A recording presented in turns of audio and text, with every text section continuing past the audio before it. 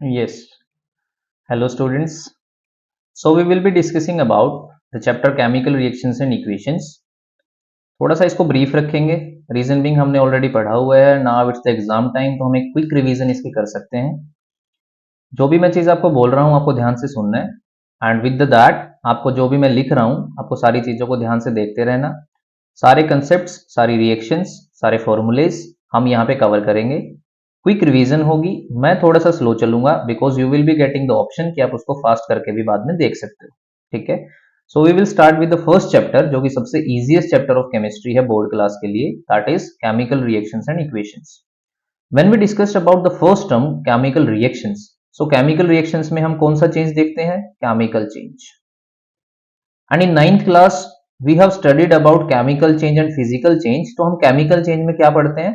There will be always a new product will be formed. New product will be formed. अगर नया product जहां पे भी बनेगा, कोई नया सब्सटेंस बन रहा है, नया कंपाउंड बन रहा है, तो हम बोलेंगे केमिकल चेंज हुआ है. और जहां पे भी केमिकल चेंज हुआ है, सो वहां पे केमिकल रिएक्शन तो हुई ही होगी. इसका मतलब वी कैन इजिली से the chemical reaction also involves the formation of new products. तो केमिकल रिएक्शंस क्या क्या इंक्लूड करती है? केमिकल रिएक्शंस में हमारे पास लेफ्ट हैंड साइड में जो लिखा होता है, दोज आर रिएक्टेंट्स. रिएक्टेंट्स जो रिएक्ट करेंगे, आपस में कंबाइन करेंगे केमिकली और हमें नए प्रोडक्ट्स की फॉर्मेशन करके देंगे. रिएक्टेंट से हम एरो लगाएंगे जो कि शो करते हैं कि हम प्रोडक्ट को फॉर्म कर रहे हैं, और जो राइट हैंड साइड पे लिखा होगा that will be products. So the reactants are always written on left hand side, products are always mention on right hand side. ये हमारा केमिकल रिएक्शंस, हम ऐसे केमिकल रिएक्शंस को रिप्रेजेंट करते हैं. जैसे मैं आपको एक इजी एग्जांपल अगर बताऊं, तो सबने पढ़ा है कि जब हम मैग्नीशियम को रिएक्ट करते हैं ऑक्सीजन के साथ, ठीक है, ऑक्सीजन के साथ रिएक्शन करते हैं, तो वो मैग्नीशियम ऑक्साइड बनाता है. ये चीज हमने ऑलरेडी डिस्कस करी हुई है. अब मैग्नीशियम ऑक्साइड बन रहा है, तो मैं आपको बोल रहा हूं कि जो ये एरो से इधर लेफ्ट हैंड साइड पे जो आपने लिखा है, ये दोनों क्या हैं? These are the reactants. और जो एरो के इधर लिखा हुआ है वो क्या है? These are the products. तो किसी एक केमिकल रिएक्शन में हमारे पास दो चीजें होती हैं necessary, that is a reactant and a product. Yes, there will be different things कि हम इसमें कैटलिस्ट डाल रहे हैं, हम इसमें हीट निकाल रहे हैं, वो भी अलग अलग चीजें होंगी. बट एक नेसेसरी जो condition to start with the chapter idea लेने के लिए, केमिकल रिएक्शन में केमिकल चेंज होता है.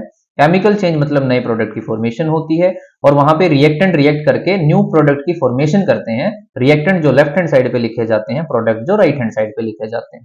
तो ऐसे में मैग्नीशियम प्लस ऑक्सीजन की रिएक्शन करके मैग्नीशियम ऑक्साइड को बना सकता हूं. तो ये क्या हुई मेरे पास? ये एक केमिकल रिएक्शन हुई. अब मुझे क्या करना है? सर केमिकल रिएक्शन है तो फिर इक्वेशन क्या होती है? तो इक्वेशन तो हमने मैथमेटिक्स में पढ़ा है. अब मैथमेटिक्स में इक्वेशन हम बनाते हैं, वहां हम न्यूमेरिकल नंबर्स का यूज करते हैं. यहां पे हम क्या यूज करेंगे?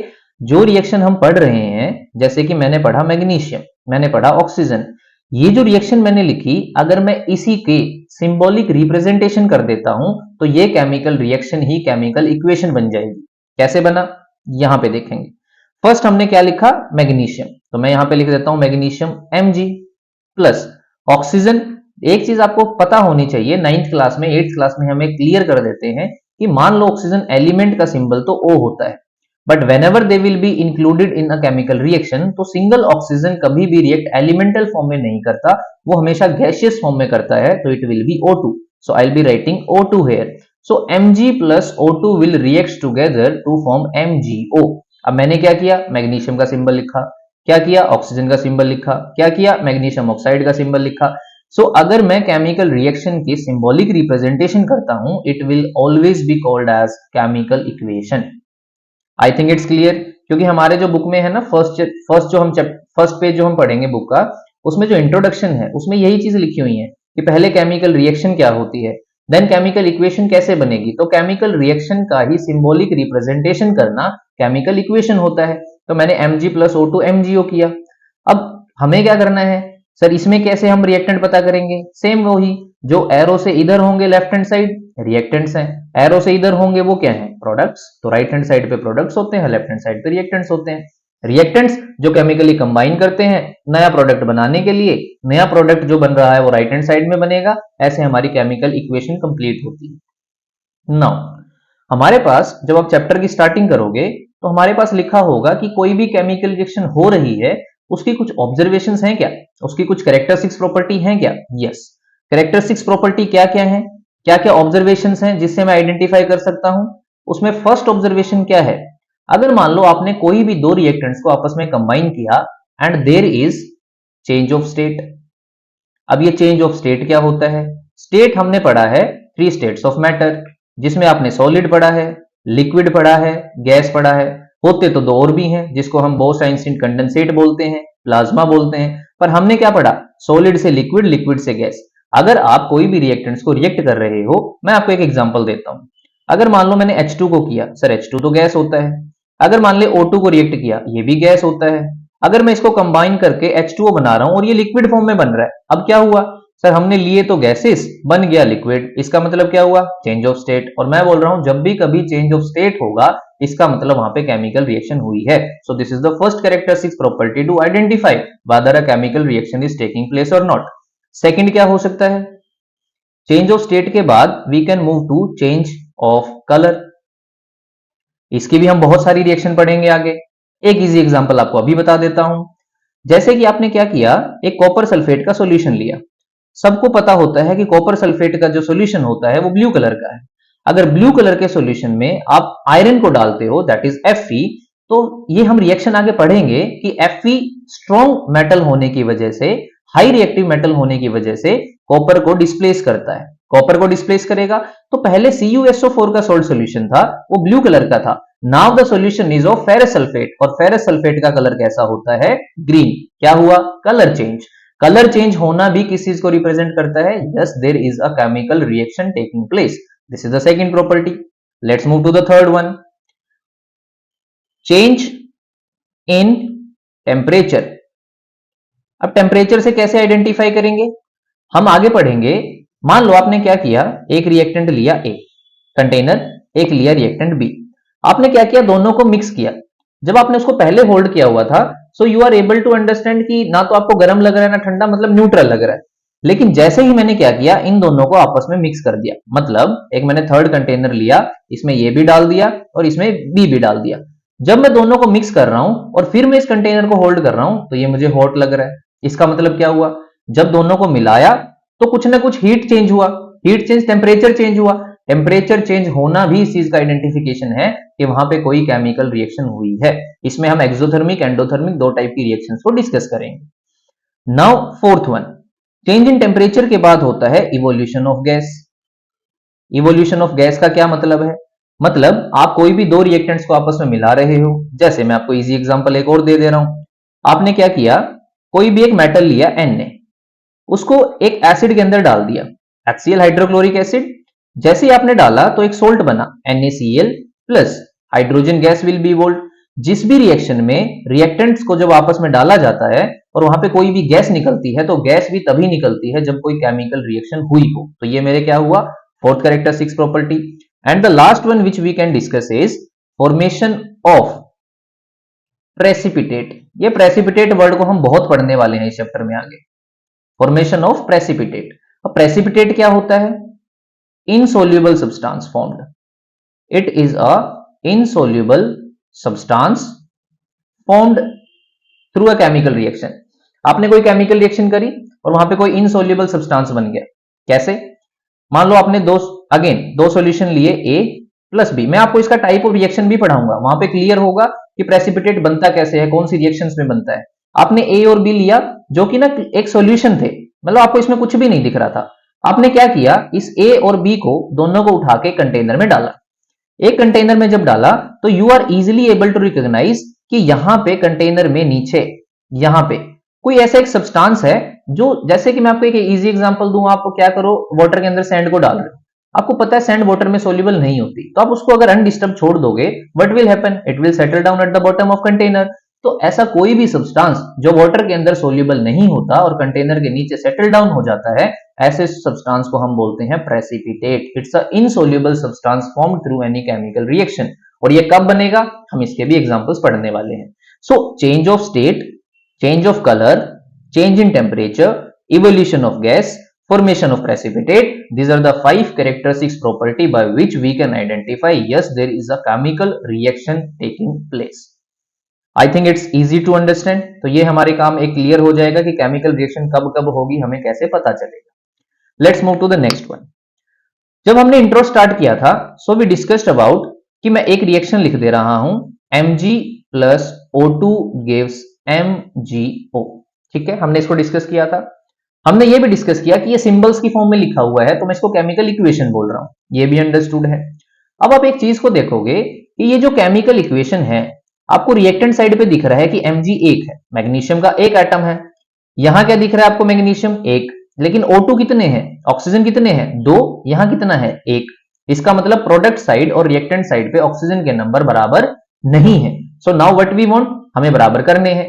बराबर करने के लिए क्या करना पड़ेगा, हमें इनके आगे यहां पे कोई एक नंबर लगाना है, एक कोफिशिएंट लगाना है, एक न्यूमेरिकल नंबर लगाना है जो कि हमारी रिएक्शन को बैलेंस करके देगा। वो जो नंबर हम लगाते हैं, वो जो न्यूमेरिकल नंबर हम लगाते हैं उसको बोलते हैं स्टोइचियोमेट्रिक कोफिशिएंट। ये स्टोइचियोमेट्रिक कोफिशिएंट क्या चीज है, कोई भी न्यूमेरिकल नंबर जो हमारी केमिकल रिएक्शन में जब हम रिएक्टेंट या प्रोडक्ट के आगे उस नंबर को ऐड करेंगे तो हमारी केमिकल रिएक्शन को बैलेंस करके देगा। मतलब नंबर ऑफ रिएक्टेंट साइड जितने भी एटम्स हैं, नंबर ऑफ प्रोडक्ट साइड भी उतने ही कर देने हैं। This is balanced chemical equation. तो मैं दो टाइप की रिएक्शंस पे बात करूंगा। एक टाइप की रिएक्शन जब आप बुक में पढ़ोगे it will be written as skeletal chemical equation. एक आपको ये वर्ड मिलेगा स्केलेटल केमिकल इक्वेशन। अच्छा, दूसरा क्या मिलेगा, बैलेंस्ड केमिकल इक्वेशन। दूसरा आपको मिलेगा balanced chemical equation. Writing can be a part, but आपको चीजों को अगर सुनोगे तो आपको ध्यान से समझ में आ जाएगा। और धीरे धीरे वी विल बी हैविंग, मतलब एक ब्रीफ वीडियोस में आपको हर एक चैप्टर की देने वाला हूं जिससे आपकी क्विक रिवीजन हो जाएगी। और मैं आपको क्वेश्चंस भी साथ साथ बताता चलूंगा कि बोर्ड में कैसा क्वेश्चन पहले आया हुआ है और आपको किस चीज पे फोकस करना है। नाउ स्केलेटल केमिकल इक्वेशन अगर क्वेश्चन आता है तो हमें क्या लिख के आना है, स्केलेटल केमिकल इक्वेशन सिर्फ एक केमिकल रिएक्शन का सिंबॉलिक रिप्रेजेंटेशन होता है और वो कैसी होगी, हमेशा अनबैलेंस्ड। बस इतना ही ध्यान रखना। मतलब ये केमिकल रिएक्शन थी, मैंने केमिकल रिएक्शन को केमिकल इक्वेशन बनाने के लिए उसके सिंबल्स में लिखा।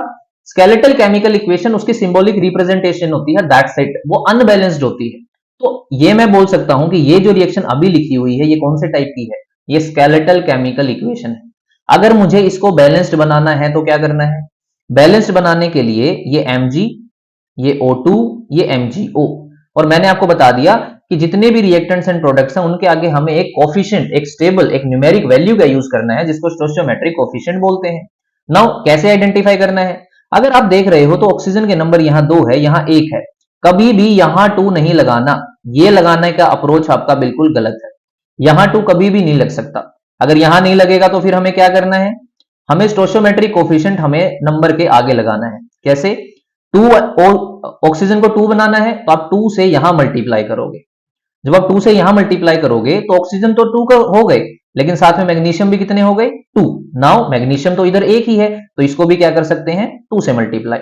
अब क्या किया आपने, रिएक्टेंट साइड मैग्नीशियम कितने, 2, प्रोडक्ट साइड मैग्नीशियम कितने, 2, ऑक्सीजन कितने, 2, ऑक्सीजन यहां भी कितने, 2। इसका मतलब now this reaction is balanced. So this is a common difference between a skeletal chemical equation, जो कि सिर्फ एक सिंबॉलिक रिप्रेजेंटेशन होती है और हमेशा अनबैलेंस्ड फॉर्म में होती है। फिर स्केलेटल से बैलेंस बनाने के लिए क्या करेंगे, we will just write a numeric number जिसको बोलते हैं स्टोइचियोमेट्रिक कोफिशिएंट, और वो रिएक्टेंट और प्रोडक्ट के हमेशा आगे लिखा जाता है जिससे कि हमारे total number of atoms on reactant and product side बराबर हो जाते हैं। एक कॉमन क्वेश्चन जो बोर्ड में रिपीट होता है वो ये है कि हमें किसी भी इक्वेशन को बैलेंस करने की नीड क्या है। नीड ये है कि हमने एक लॉ पढ़ा होता है 9th क्लास में, एटम्स एंड मॉलिक्यूल चैप्टर में एक लॉ पढ़ते हैं। लॉ का नाम है लॉ ऑफ कंजर्वेशन ऑफ मास। इसमें क्या पढ़ते हैं, अब दोबारा डेफिनेशन लिखवाने की नीड नहीं है, बट आप सुन लो। Law of conservation of mass states that in any chemical reaction mass of reactant will be equals to mass of product. अब इक्वल होने चाहिए। डेफिनेशन कैसे पढ़ी आपने 9th में, in a chemical reaction mass can neither be created nor be destroyed. अब nor be destroyed created का मतलब क्या होता है कि जितना मास हमारा रिएक्टेंट साइड में होना चाहिए उतना ही प्रोडक्ट साइड में भी होगा। अब देखो आपने ये रिएक्शन बैलेंस कर दी, आपको सबको पता है कि मैग्नीशियम का मास 24 होता है और अगर उसको 2 से मल्टीप्लाई करें तो ये आएगा 48। आपको पता है 2 ऑक्सीजन है, एक ऑक्सीजन का 16 होता है, तो 2 का कितना होगा, इट विल बी 32। आप इसको ऐड करोगे तो टोटल रिएक्टेंट का मास जो आएगा वो आएगा 80 ग्राम। ठीक है, ये तो रिएक्टेंट का है। प्रोडक्ट का चेक कर लो, ये है 2 ब्रैकेट, मैग्नीशियम कितना है, अगेन 24, एक ऑक्सीजन कितना है 16, 2, दोनों को सम करेंगे तो कितना आएगा 40, 40 को 2 से करेंगे तो कितना आएगा 80। रिएक्टेंट का मास कितना 80 ग्राम, प्रोडक्ट का मास कितना 80 ग्राम। और मैंने अभी आपको बताया कि बैलेंस्ड केमिकल इक्वेशन लिखना इसीलिए नेसेसरी होता है सो दैट हमारी केमिकल इक्वेशन कौन से लॉ को फॉलो करे, it is law of conservation of मास को फॉलो करनी चाहिए। तो बोर्ड में ये क्वेश्चन एक नंबर में नंबर ऑफ टाइम्स रिपीट होता है that what is the basic requirement to balance the chemical equation, so you should answer this. We need to balance the chemical equation so that it can easily follow the law of conservation of mass. Mass of reactant should be equals to mass of products. I think easy to understand है ये भी। तो ये हमारा है balance करने का, और बैलेंसिंग पे एक क्वेश्चन हमारा पक्का आएगा। चलो एक दो क्वेश्चंस मैं आपको बैलेंसिंग के करके बताता हूं कि हमें कैसे करना है। इजी एग्जांपल से स्टार्ट करते हैं। H2 सॉरी Hg लिख दिया मैंने, H2 से स्टार्ट करते हैं। It's H2 plus O2 gives H2O। क्या करना है, ऑक्सीजन कितना एक, यहां ऑक्सीजन कितना एक, बैलेंस करने के लिए स्टोइचियोमेट्रिक नंबर, और वो तो आगे लगाया जाएगा, 2 लगा दो। जैसे ही आपने 2 लगाया तो ये नंबर कितने, हाइड्रोजन कितने हो गए 4। हमेशा इसको मल्टीप्लाई करना है, 2 को 2 से 4 हाइड्रोजन, तो यहाँ पे 2 है तो यहाँ 2 लिखोगे तो हाइड्रोजन कितने हो जाएंगे 4। Reaction is balanced. तो ऐसे हम कोई भी रिएक्शन लेके उसको बैलेंस कर सकते हैं। चलो और एग्जांपल लेते हैं। जैसे कि एक रिएक्शन आपको देखने को मिलेगी जब हम CaOH होल ट्वाइस प्लस इसके अंदर से कार्बन डाइऑक्साइड गैस पास कर देते हैं। ठीक है, आपको कॉमन नेम साथ साथ बताता चलूंगा कि जो ये CaOH whole twice calcium hydroxide होता है, इसका नाम स्लेग्ड लाइम भी होता है। ये आपको पता होना चाहिए कॉमन नेम। तो इससे जो प्रोडक्ट हमारे बनने वाले हैं वो क्या बनेंगे, इससे हमारे पास बनता है CaCO3 प्लस वाटर की फॉर्मेशन होती है। अब कैल्शियम कार्बोनेट एक टाइप का सोल्ट होगा, ठीक है, हमें पता है। कैल्शियम कार्बोनेट का भी कॉमन नेम है, वो क्या है लाइमस्टोन। कैल्शियम कार्बोनेट का भी कॉमन नेम है लाइमस्टोन, और लाइमस्टोन की बड़ी चीजें हैं जो जहां पे ये पाया जाता है। कैसे, लाइमस्टोन ही आपको मिलता है मार्बल में, मार्बल जो घर में हम यूज करते हैं फ्लोरिंग के लिए, मार्बल ही मिलता है आपको चौक पाउडर में, चौक पाउडर जो हम क्लासेस में यूज करते हैं। थर्ड, यही आपको मिलता है एगशेल में, एगशेल एग का वो वाला पार्ट जिसको हम बॉईल होने के बाद ऊपर से उतार के फेंक देते हैं। तो इसमें क्या है, तीनों में ही क्या होगा लाइमस्टोन मतलब कैल्शियम कार्बोनेट, ये तीनों में आपको यहां मिल सकता है। क्यों, क्योंकि व्हाइट कलर का ही होता है, मिल्की कलर। कार्बन डाइऑक्साइड के टेस्ट में भी यूज करेंगे, ये क्वेश्चन हम आगे भी डिस्कस करने वाले हैं। पर हमारा प्राइम काम क्या था, रिएक्शन को बैलेंस करना। चलो देखते हैं। आपने देखा कैल्शियम कितना एक, यहाँ पे कितना कैल्शियम एक, आपने देखा कार्बन कितना एक, यहाँ पे देखा कार्बन कितना एक। आपने देखा कि ऑक्सीजन के बाहर यहाँ 2 है, ऑक्सीजन के बाहर 2 है तो 2 ऑक्सीजन और 2 ऑक्सीजन, ये ऑक्सीजन कितने हुए 4, यहाँ पे 3 ऑक्सीजन, यहाँ पे 1, ये भी क्या हुए 4। हाइड्रोजन के बाहर क्या है 2, हाइड्रोजन यहाँ कितने हैं 2। सर इसका मतलब तो रिएक्टेंट साइड पे जितने भी एटम हैं, प्रोडक्ट साइड पे उतने एटम ऑलरेडी प्रेजेंट है। इसका मतलब अगर आपके बोर्ड में ये क्वेश्चन आता है और आप ऐसे लिख के ऐसे ही छोड़ देते हो, आपको लगता है कि भाई ये तो बैलेंस्ड है, मुझे क्या करना है, नहीं। अगर आपने ऐसे ही सोचा, इसका मतलब तो आपने सिर्फ क्वेश्चन पेपर से क्वेश्चन को टेक डाउन किया, आपने आंसर तो लिखा ही नहीं। अगर ये रिएक्शन ऑलरेडी बैलेंस्ड है तो आपको रिएक्शन को लिखना पड़ेगा और उसके नीचे ये चीज आपको मेंशन करनी है that it is already balanced, तो आपको मार्क्स मिलने वाले हैं, अदरवाइज आपको मार्क्स नहीं मिलेंगे। अगर वो बैलेंस है तो आपको लिखना पड़ेगा this reaction is already balanced. तो ऐसे हम रिएक्शंस को बैलेंस करेंगे तो हमारा काम हो जाएगा। ठीक है, और एक एग्जांपल ले लेता हूं। एक एग्जांपल लेते हैं मैग्नीशियम क्लोराइड का। मैग्नीशियम क्लोराइड कब बनाते हैं, जब हम मैग्नीशियम ऑक्साइड की रिएक्शन कराते हैं with the help of HCl, और इसके अंदर हम डाल देंगे, इसके साथ हम बनाएंगे MnCl2 plus H2O plus chlorine, और गैस के लिए हम अपसाइड एरो का यूज करेंगे। देखो मैं आपको यहां बता देता हूं अभी के अभी, जब भी हम कभी हीट प्रोवाइड करेंगे तो हम ट्रायंगल का साइन यूज करेंगे, जब भी हम कभी सनलाइट का यूज करेंगे तो हम H न्यू लिखेंगे, H इसको बोलते हैं H न्यू। जब भी कोई गैस निकलेगी तो हम अपवर्ड एरो का यूज करेंगे, गैस ऊपर की तरफ निकलती है अपवर्ड एरो। और जब भी कभी प्रेसिपिटेट बनाएंगे, PPT प्रेसिपिटेट के लिए यूज करते हैं, तो प्रेसिपिटेट क्या होता है इनसोल्युबल सब्सटेंस, कहां पे मिलेगा कंटेनर में नीचे सेटल डाउन, तो इसके नीचे की तरफ एरो लगाएंगे। और कहीं लिखा मिल जाए AQ, इसका मतलब एक्वस सॉल्यूशन जो कि वाटर के अंदर बनाया गया है। कहीं लिखा मिल जाए S, सॉलिड है। कहीं लिखा मिल जाए L, लिक्विड है। G मतलब गैसेस। तो ये सिंबल्स, कॉमन सिंबल्स हमें पता होने चाहिए। गैसेस के लिए सिंबल्स हमने लगा दिए। अब हमारा काम क्या है? प्राइम फोकस रिएक्शन को बैलेंस करना। अब हम क्या देखें? Mn 1 है सर, तो Mn तो यहां भी 1 है। क्लोरीन कितने हैं? 2। यहां क्लोरीन कितना है? यहां तो 1 क्लोरीन है। इसका मतलब इसको 2 बनाना पड़ेगा। अगर इसको 2 बना रहे हैं तो हाइड्रोजन के ऊपर चलते हैं। अब हाइड्रोजन यहां कितने हैं? 2। ऑक्सीजन यहां कितने हैं? यहां ऑक्सीजन 2 है, तो ऑक्सीजन को 2 बनाने के लिए क्या करना पड़ेगा? इसको 2 से मल्टीप्लाई।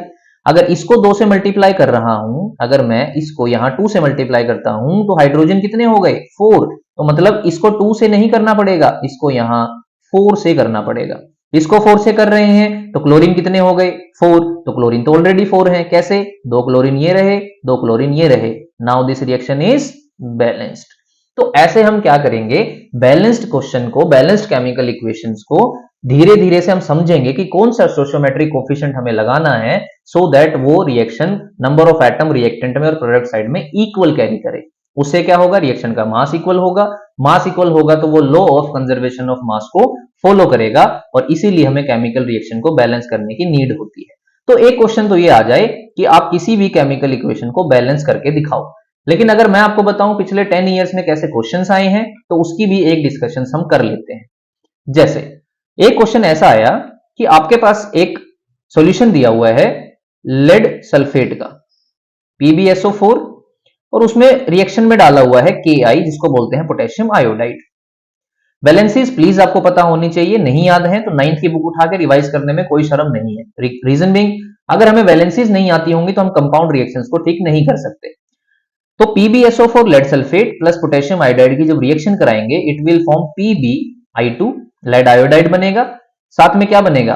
पोटेशियम सल्फेट बनेगा, K2SO4। अब बोर्ड में क्वेश्चन कैसे आया उसको समझो ध्यान से। मैं आपको स्टोइचोमेट्रिक कोफिशिएंट में यहां लिख दे रहा हूं x, यहां लिख दे रहा हूं y, यहां लिख दे रहा हूं a, और यहां लिख दे रहा हूं b। और बोर्ड में क्वेश्चन आया what is the sum of, total sum of stoichiometric coefficients. अब स्टोइचोमेट्रिक कोफिशिएंट्स क्या है? x भी स्टोइचोमेट्रिक कोफिशिएंट है, y भी है, a भी है, b भी है। और आपसे पूछा था उसका सम, जैसे कि ऑप्शन में आपको ऑप्शंस दे रखे होंगे, जैसे कि 5, 7, 10, 15 ऐसे ऑप्शन होंगे। तो हमें क्या करना है भाई? हमें तो रिएक्शन को बैलेंस करके A, B, C, X, Y की वैल्यूज पता करनी है। जब वैल्यूज निकल जाएंगी सबको सम कर देंगे। सम करेंगे तो वो क्या होगा? स्टोइचोमेट्रिक कोफिशिएंट्स का सम, और वही ऑप्शंस में हमारा एक आंसर भी होगा। तो इसको कैसे करना है? हमें पता है कि यहाँ पे आयोडीन कितने हैं? 2 आयोडीन। यहाँ पे आयोडीन कितना है? 1 आयोडीन। इसका मतलब इसके आगे क्या लगाना पड़ेगा? 2 लगाना पड़ेगा। अगर Y की जगह 2 लिख रहा हूं तो पोटेशियम कितने हो गए? सर I2 हुए, तो K भी तो 2 हुए, तो 2 तो ऑलरेडी यहां पे है, तो ये तो बैलेंस है। SO4 कितना है? 1 है। यहां SO4 कितना है? 1 है। Pb कितना है? 1। यहां Pb कितना है? 1। इसका मतलब तो सब कुछ ऑलरेडी हो गया बराबर। तो मैंने अब क्या, बच्चे क्या करते हैं? बच्चे ये करेंगे कि हमने तो यहाँ 2 ही लिखा, बाकी कुछ तो हमने यूज ही नहीं किया, और आंसर में 2 भी होगा, और हम वहां टिक करके आएंगे, और हमारा क्वेश्चन कैसा हो जाएगा? गलत। क्यों? क्योंकि अगर आप कुछ भी नहीं लिख रहे हो तो उसकी जगह 1 तो है ना भाई। इसका मतलब x की जगह 1 है, y की जगह 2 है, a की जगह 1 है, और b की जगह भी क्या है? 1। और उसने पूछा था स्टोइचोमेट्रिक कोफिशिएंट का सम कितना आएगा। तो ये तो सबको पता है कि 1 + 2 + 1 + 1 अगर करेंगे तो हमारा आंसर आएगा 5, और यहीं कहीं 5 भी दे रखा होगा। हमें उस ऑप्शन को टिक करके आना है। I think it's easy to understand. Reaction को बैलेंस करना भी ऐसे आना चाहिए, और ऐसे एक्स वाई स्टोइचोमेट्रिक कोफिशिएंट की वैल्यू भी पता होनी चाहिए, सो दैट अगर वो सब्ट्रैक्शन, एडिशन, उनका भी कुछ भी पूछ सकता है, तो अगर हमें रिएक्शन बैलेंस करनी आती होगी तो हम उसको इजीली कर सकते हैं। This is how balancing takes place.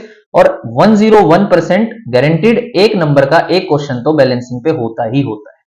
ठीक है, अगर एनसीईआरटी के भी क्वेश्चन हम डिस्कस कर लेंगे, प्रैक्टिस कर लेते हैं, तो हमारा सारा काम हो जाता है। नाउ जब बैलेंसिंग कर लेंगे तो अब आता है कि रिएक्शंस जो हम बैलेंस कर रहे हैं, तो डिफरेंट टाइप्स ऑफ रिएक्शंस भी पढ़नी है। उसमें डिफरेंट टाइप्स में हम 5 टाइप्स की रिएक्शंस को पढ़ते हैं। 5 टाइप में से जो पहले टाइप की रिएक्शन पढ़ेंगे, 5 टाइप में से जो पहले टाइप की रिएक्शन हम पढ़ेंगे वो पढ़ेंगे combination reaction, the easiest one, combination reaction. Now ये कॉम्बिनेशन रिएक्शन क्या होता है? कंबाइन करना, कॉम्बिनेशन का मतलब जोड़ना होगा, कंबाइन करना। सो इसकी डेफिनेशन जो है वो आपको आराम से बुक में मिल सकती है। डेफिनेशन कैसे होती है? इन एनी केमिकल रिएक्शन, इन any chemical reaction, any chemical reaction, combine का मतलब समझना, सम करना। सम करना मतलब होता है जोड़ना। तो हम क्या करेंगे, चलो मैं लिख दे रहा हूं, अगर आप नोट डाउन भी कर लोगे। In a chemical reaction, in a chemical reaction when two or more than two reactants chemically combine together to form new products. Simple. In a chemical reaction, two or more than two reactants chemically combine together to form the new product. अब इसमें new products के जगह, ये तो chemical reaction की definition हुई, तो फिर कॉम्बिनेशन में क्या होगा? कॉम्बिनेशन में जस्ट हमें न्यू प्रोडक्ट को हटाना है और उसकी जगह पे एक वर्ड यूज करना है, to form single product, not products, we will form a single product. और ये हमारी अब जो डेफिनेशन है एकदम एक्यूरेट हो गई। In a chemical reaction, when two or more than two reactants chemically combine together to form single product, इसको बोलेंगे combination। जैसे कि मैंने आपको अगर लिखवाया था Mg plus O2 forms MgO, तो भाई easiest है। देखो, एक रिएक्टेंट, दो रिएक्टेंट, लेकिन जब दोनों जुड़ रहे हैं तो प्रोडक्ट कितना बन रहा है? भाई एक ही तो प्रोडक्ट है ये। अगर मैं बात करूं C plus O2 और बन रहा है CO2, तो क्या हुआ? दो रिएक्टेंट थे, एक प्रोडक्ट बन गया। चलो, अगर मैं बात करूं H2 प्लस O2, रिएक्टेंट कितने हैं सर? दो, क्या बनेगा? H2O। कितने प्रोडक्ट बने? एक। तो ऐसी कोई भी केमिकल रिएक्शन जिसमें दो या दो से ज्यादा रिएक्टेंट एक साथ कंबाइन होते हैं और सिंगल प्रोडक्ट की फॉर्मेशन करते हैं, तो हमारे पास जो रिएक्शन का नाम होगा that will B combination reaction. अब यहां पे मैं आपको एक एग्जांपल ऐसा बताता हूं जिसमें गलती होने के चांसेस थोड़े रहते हैं, हम इनको पहचान सकते हैं, नो डाउट। हमारी एनसीईआरटी में एक रिएक्शन है जिसमें क्या है? CaO plus H2O। मैं चाहूंगा कि पहले आप यहीं रोक के इसको एक बार लिख के देख लो, क्योंकि आप जब तक अपने हाथ से प्रोडक्ट को लिखेंगे नहीं तब तक वो नहीं आता है। जब, अच्छा, CaO का कॉमन नेम मैं आपको बार बार बताता चल रहा हूं, पीछे हमने CaOH का पढ़ा, वो था स्लेक्ट लाइम। CaCO3 का पढ़ा, वो था लाइमस्टोन। अब आ गया है CaO, इसका नाम होता है क्विक लाइम। करेक्ट। आपके मन में ऐसे पता लगता होगा, आपको आता होगा, तो खुशी तो होती है कि हमें ऑलरेडी आता है। तो कैल्शियम ऑक्साइड का कॉमन नेम होता है क्विक लाइम। क्विक लाइम का जब वाटर के साथ रिएक्शन कराते हैं, it will form CaOH whole twice. अब क्या है? इसके आगे यहां लिखा मिलेगा हीट। अब जैसे ही आपने प्लस का साइन देखा, आपने लगा कि सर रिएक्टेंट भी दो, प्रोडक्ट भी दो, बट ध्यान रखना, कभी भी हम हीट या एनर्जी को प्रोडक्ट में काउंट नहीं करते हैं। याद रखना, ये भी एक कॉम्बिनेशन रिएक्शन है। अगर आपने प्लस के बाद हीट या प्लस के बाद एनर्जी को देखा है, we never include heat and energy in a product. हम प्रोडक्ट में काउंट नहीं करते हैं, it's a form of energy, निकल जाएगी हीट। तो प्रोडक्ट अभी भी कितना है? एक। रिएक्टेंट कितने हैं? दो। और दो या दो से ज्यादा रिएक्टेंट जब किसी केमिकल रिएक्शन में कंबाइन करते हैं और सिंगल प्रोडक्ट की फॉर्मेशन करते हैं, ऐसी रिएक्शन को कॉम्बिनेशन रिएक्शन बोलते हैं। आई थिंक इट्स क्लियर नाउ कि कॉम्बिनेशन रिएक्शन कैसी होती होगी और उसमें हमें क्या लिखना है, एग्जांपल्स कैसे लिखने हैं, या फिर आइडेंटिफाई कैसे करना है। It's done. ठीक है। अब जब हीट निकल रही है तो यहीं से हम एक और टाइप, मतलब टाइप नहीं कह सकते, इसी का कुछ सब पार्ट्स हैं। जैसे दो टाइप की रिएक्शन हम पढ़ेंगे। दो टाइप की रिएक्शन में पहले टाइप की रिएक्शन कौन सी होगी? एक्सोथर्मिक। एक रिएक्शन होती है एक्सोथर्मिक रिएक्शन, और दूसरी कौन सी होगी? Endothermic reaction. एक होगी एक्सोथर्मिक, एक होगी एंडोथर्मिक। ठीक है। वैसे नॉर्मली क्वेश्चन जब आता है तो नेचर, जब कोई पूछे ना रिएक्शन का नेचर कैसा है, तो नेचर में हम बताते हैं कि वो एक्सोथर्मिक है या एंडोथर्मिक, और टाइप में बताते हैं वो कॉम्बिनेशन है कि अदर टाइप की रिएक्शन है। अदर टाइप हम अभी पढ़ लेंगे। तो सबसे पहले एक्सोथर्मिक रिएक्शन कौन सी होंगी? भाई ऐसी केमिकल रिएक्शन जिनमें या तो हीट या तो एनर्जी रिलीज होती है, रिलीज आउट। सिंपल सी बात यह है कि आप रिएक्शन कर रहे हो, रिएक्टेंट्स को आपस में ऐड कर रहे हो, ऐसी रिएक्शन जिसमें हीट या एनर्जी रिलीज आउट होगी, निकलेगी, उनको बोलेंगे एक्सोथर्मिक। याद रखने का तरीका स्कूल में मुझे भी सिखाया जाता था। टीचर कैसे बताते थे कि भाई एक्सो से याद रखो एग्जॉस्ट फैन, और एग्जॉस्ट फैन का काम क्या होता है, अंदर की हीट को बाहर निकालना। तो ऐसी कोई भी रिएक्शन जिसमें हीट और एनर्जी रिलीज आउट होगी, ऐसी रिएक्शन को हम क्या बोलेंगे, एक्सोथर्मिक रिएक्शन। ठीक है, इसका एग्जांपल मैंने अभी अभी आपको बताया कि जब आप क्विक लाइम की रिएक्शन वाटर के साथ करोगे तो ये बनाएगा CaOH whole twice slaked lime calcium hydroxide, और साथ में हीट निकलती है। भाई हीट अगर एरो के इधर प्रोडक्ट साइड पे आया, इसका मतलब वो रिलीज हुई मतलब वो exothermic. I think it's easy to understand. ठीक है, अब पढ़ते हैं एंडोथर्मिक। एंडो मतलब अंदर, इनसाइड मतलब कि क्या होगा, इसमें हीट और एनर्जी एब्जॉर्ब होगी। एब्जॉर्ब का मतलब भाई हमें हीट देनी पड़ेगी उस रिएक्शन को करने के लिए। ठीक है, तो ये हो गई एंडोथर्मिक। अब एंडोथर्मिक का एक इजी एग्जांपल आपको मैं बता दूं। मान लो कोई एक रिएक्शन है, आगे हमें पढ़नी है, मैं आपको अभी बता देता हूं। लेट्स टेक एन एग्जांपल कि मुझे कैल्शियम कार्बोनेट को तोड़ना है, ब्रेक डाउन करना है। इसको जो ब्रेक डाउन करते हैं तो बनता है CaO प्लस CO2। अब CO2 गैस है तो गैस का सिंबल लगाना हम नहीं भूलेंगे। आपने क्या किया, ये अपने आप तो नहीं टूटने वाला, क्यों भाई, एक रिएक्टेंट है, तोड़ के दो क्यों बनाए। और किसी चीज को जब तोड़ना है, मान लो एक लकड़ी का मैं आपको ब्लॉक दे देता हूं, ये आपको क्या लग रहा है अपने आप टूट जाएगा, नहीं। और मैं आपको बोल रहा हूं इसके दो पीसेस करने हैं, तो आपको क्या करना पड़ेगा भाई, उसको अंदर से फोर्स या प्रेशर आपको बाहर से लगाओगे, तो मतलब आपने क्या किया, अपनी एनर्जी उसके ऊपर लगाई ना। तो जिसके भी ऊपर एनर्जी लगानी होती है, और ये कैसे टूटता है, with the help of heat. Heat के लिए मैंने बताया था ट्रायंगल का साइन यूज करेंगे। तो जिस भी रिएक्शन में अगर एरो के ऊपर आप हीट लिख रहे हो, इलेक्ट्रिसिटी लिख रहे हो, सनलाइट लिख रहे हो, किसी भी फॉर्म में एनर्जी अगर उसको दे रहे हो रिएक्शन को, तो रिएक्शन में एनर्जी देना, एब्जॉर्ब करवाना एंडोथर्मिक। अगर हीट रिलीज आउट होती है, एनर्जी रिलीज आउट होती है, इसका मतलब एक्सोथर्मिक। तो ये दो टाइप की रिएक्शंस भी हमें इजीली क्लैरिटी होनी चाहिए कि एक्सोथर्मिक एंडोथर्मिक क्या होती है। और ये रिएक्शन का याद रखना, ये रिएक्शन का नेचर होता है कि वो एक्सोथर्मिक नेचर की है या एंडोथर्मिक नेचर की है। I think it's done. Example बहुत सारे आएंगे, मैं साथ साथ आपको बताता चलूंगा। तो कॉम्बिनेशन रिएक्शन हमने पढ़ लिया, जिसमें दो या दो से ज्यादा रिएक्टेंट कंबाइन करके सिंगल प्रोडक्ट बनाएंगे। और सिंगल प्रोडक्ट बनाएंगे तो हम क्या कर सकते हैं, बैलेंस तो रिएक्शंस को कर ही सकते हैं। ठीक है, उसके बाद एक्सोथर्मिक एंडोथर्मिक आपको मैंने बता दिया। अब मैं आपको दो क्वेश्चन बताता हूं जहां से हमारे बोर्ड में क्वेश्चंस रिपीट होते हैं। पहला क्वेश्चन रिपीट होता है कंबशन से, कंबशन रिएक्शन।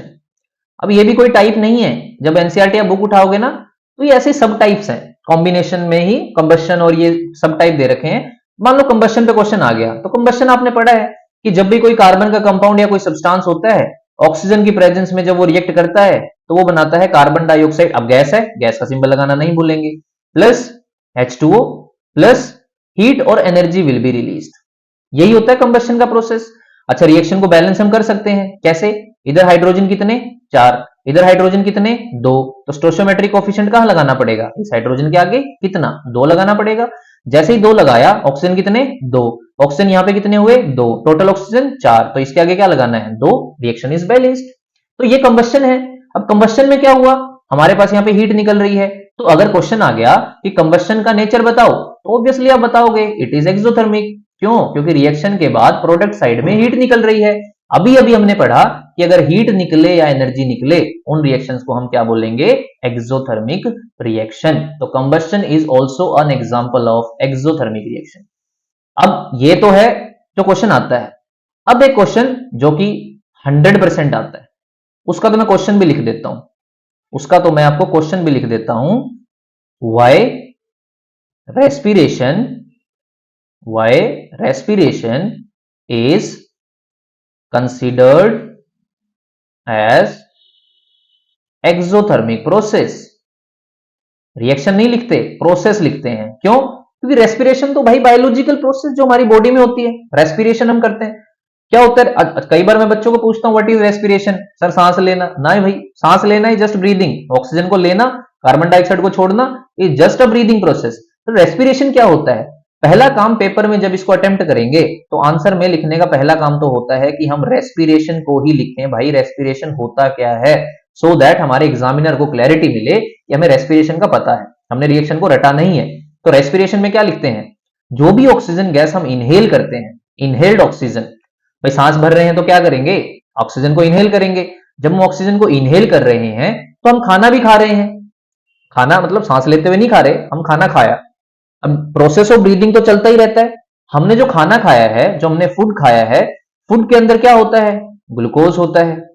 अब जो ऑक्सीजन हम ले रहे हैं उसका काम क्या है? वो ऑक्सीजन इस ग्लूकोज को ब्रेक डाउन करने का काम करता है। ग्लूकोज का फॉर्मूला C6H12O6। मैं क्या बोल रहा हूं? जो भी ऑक्सीजन आप इनटेक कर रहे हो वो इस ग्लूकोज के साथ रिएक्ट करेगा, उसको ब्रेक डाउन करेगा। ब्रेक डाउन करेगा तो क्या बनता है? Carbon dioxide gas. गैस है तो गैस का सिंबल लगाना नहीं भूलेंगे। साथ में क्या बनेगा? वाटर। और साथ में क्या निकलती है? एनर्जी। और यही तो एनर्जी भाई होती है जिससे हम डेली रूटीन का काम कर पाते हैं। सारा दिन सुबह लगते हैं, शाम तक काम करते हैं, तो भूख लगती है। क्यों लगती है? क्योंकि बॉडी को एनर्जी चाहिए। एनर्जी मतलब ग्लूकोज चाहिए। ग्लूकोज कहां से मिलेगा? फूड से मिलेगा। सो रेस्पिरेशन की प्रोसेस क्या कहती है कि जो भी ऑक्सीजन गैस आप इनहेल कर रहे हो वो फूड में प्रेजेंट ग्लूकोज को ब्रेक डाउन करता है और carbon dioxide gas water plus energy को रिलीज आउट करता है। अब कार्बन डाइऑक्साइड गैस क्या करेंगे भाई? हम एक्सहेल करते हैं, इनहेल करते हैं, एक्सहेल करते हैं, ब्रीदिंग प्रोसेस। वाटर हमारी बॉडी में प्रेजेंट होता है, एनर्जी हम यूटिलाइज करते हैं डेली वर्क का काम करने के लिए। फिर इसको भी बैलेंस कर सकते हैं और ये सबसे इजी है। कार्बन कितने? 6, यहां पे 6 कर दो। हाइड्रोजन कितने?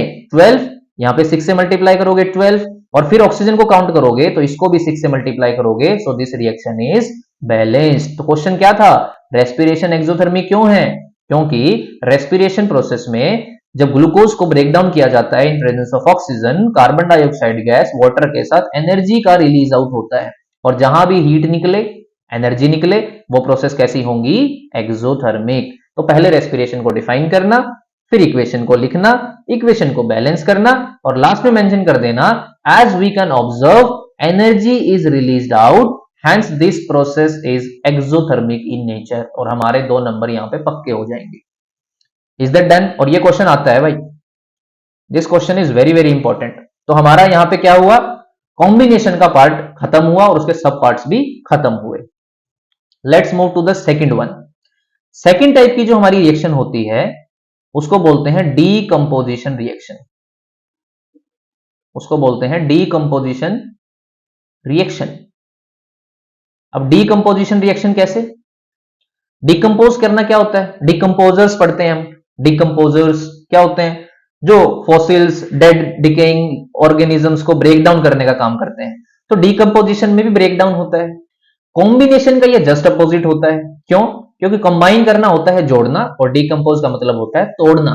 तो अब रिएक्शन कैसे हो जाएगी? In a chemical reaction, in a chemical reaction, ये आपको डेफिनेशंस बुक में मिल जाएंगी बट फिर भी मैं लिखवा दे रहा हूं। If you are taking the notes तो आप आराम से यहां से दोबारा लिख सकते हो।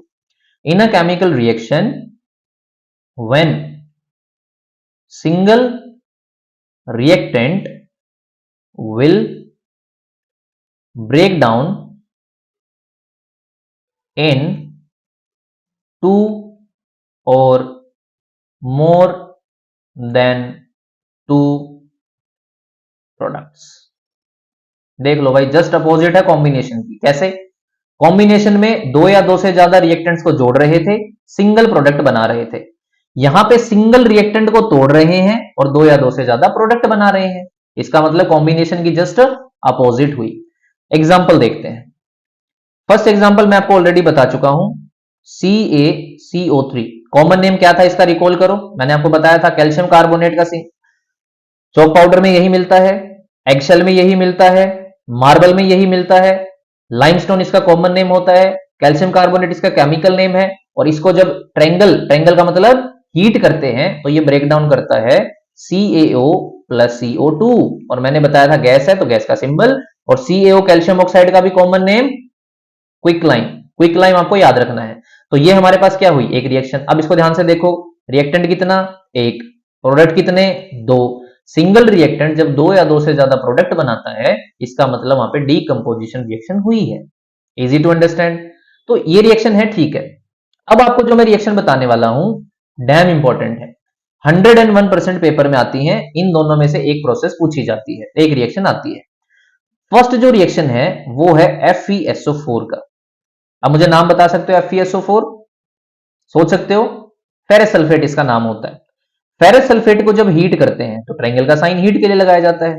तो जो प्रोडक्ट बनेगा वो बनेगा Fe2O3 प्लस गैस निकलेगी सल्फर डाइऑक्साइड प्लस गैस निकलेगी सल्फर ट्राइऑक्साइड। ठीक है, 2 गैस है तो दोनों पे गैस का सिंबल लगाना नहीं भूलेंगे, ये छोटी गलती नहीं करेंगे।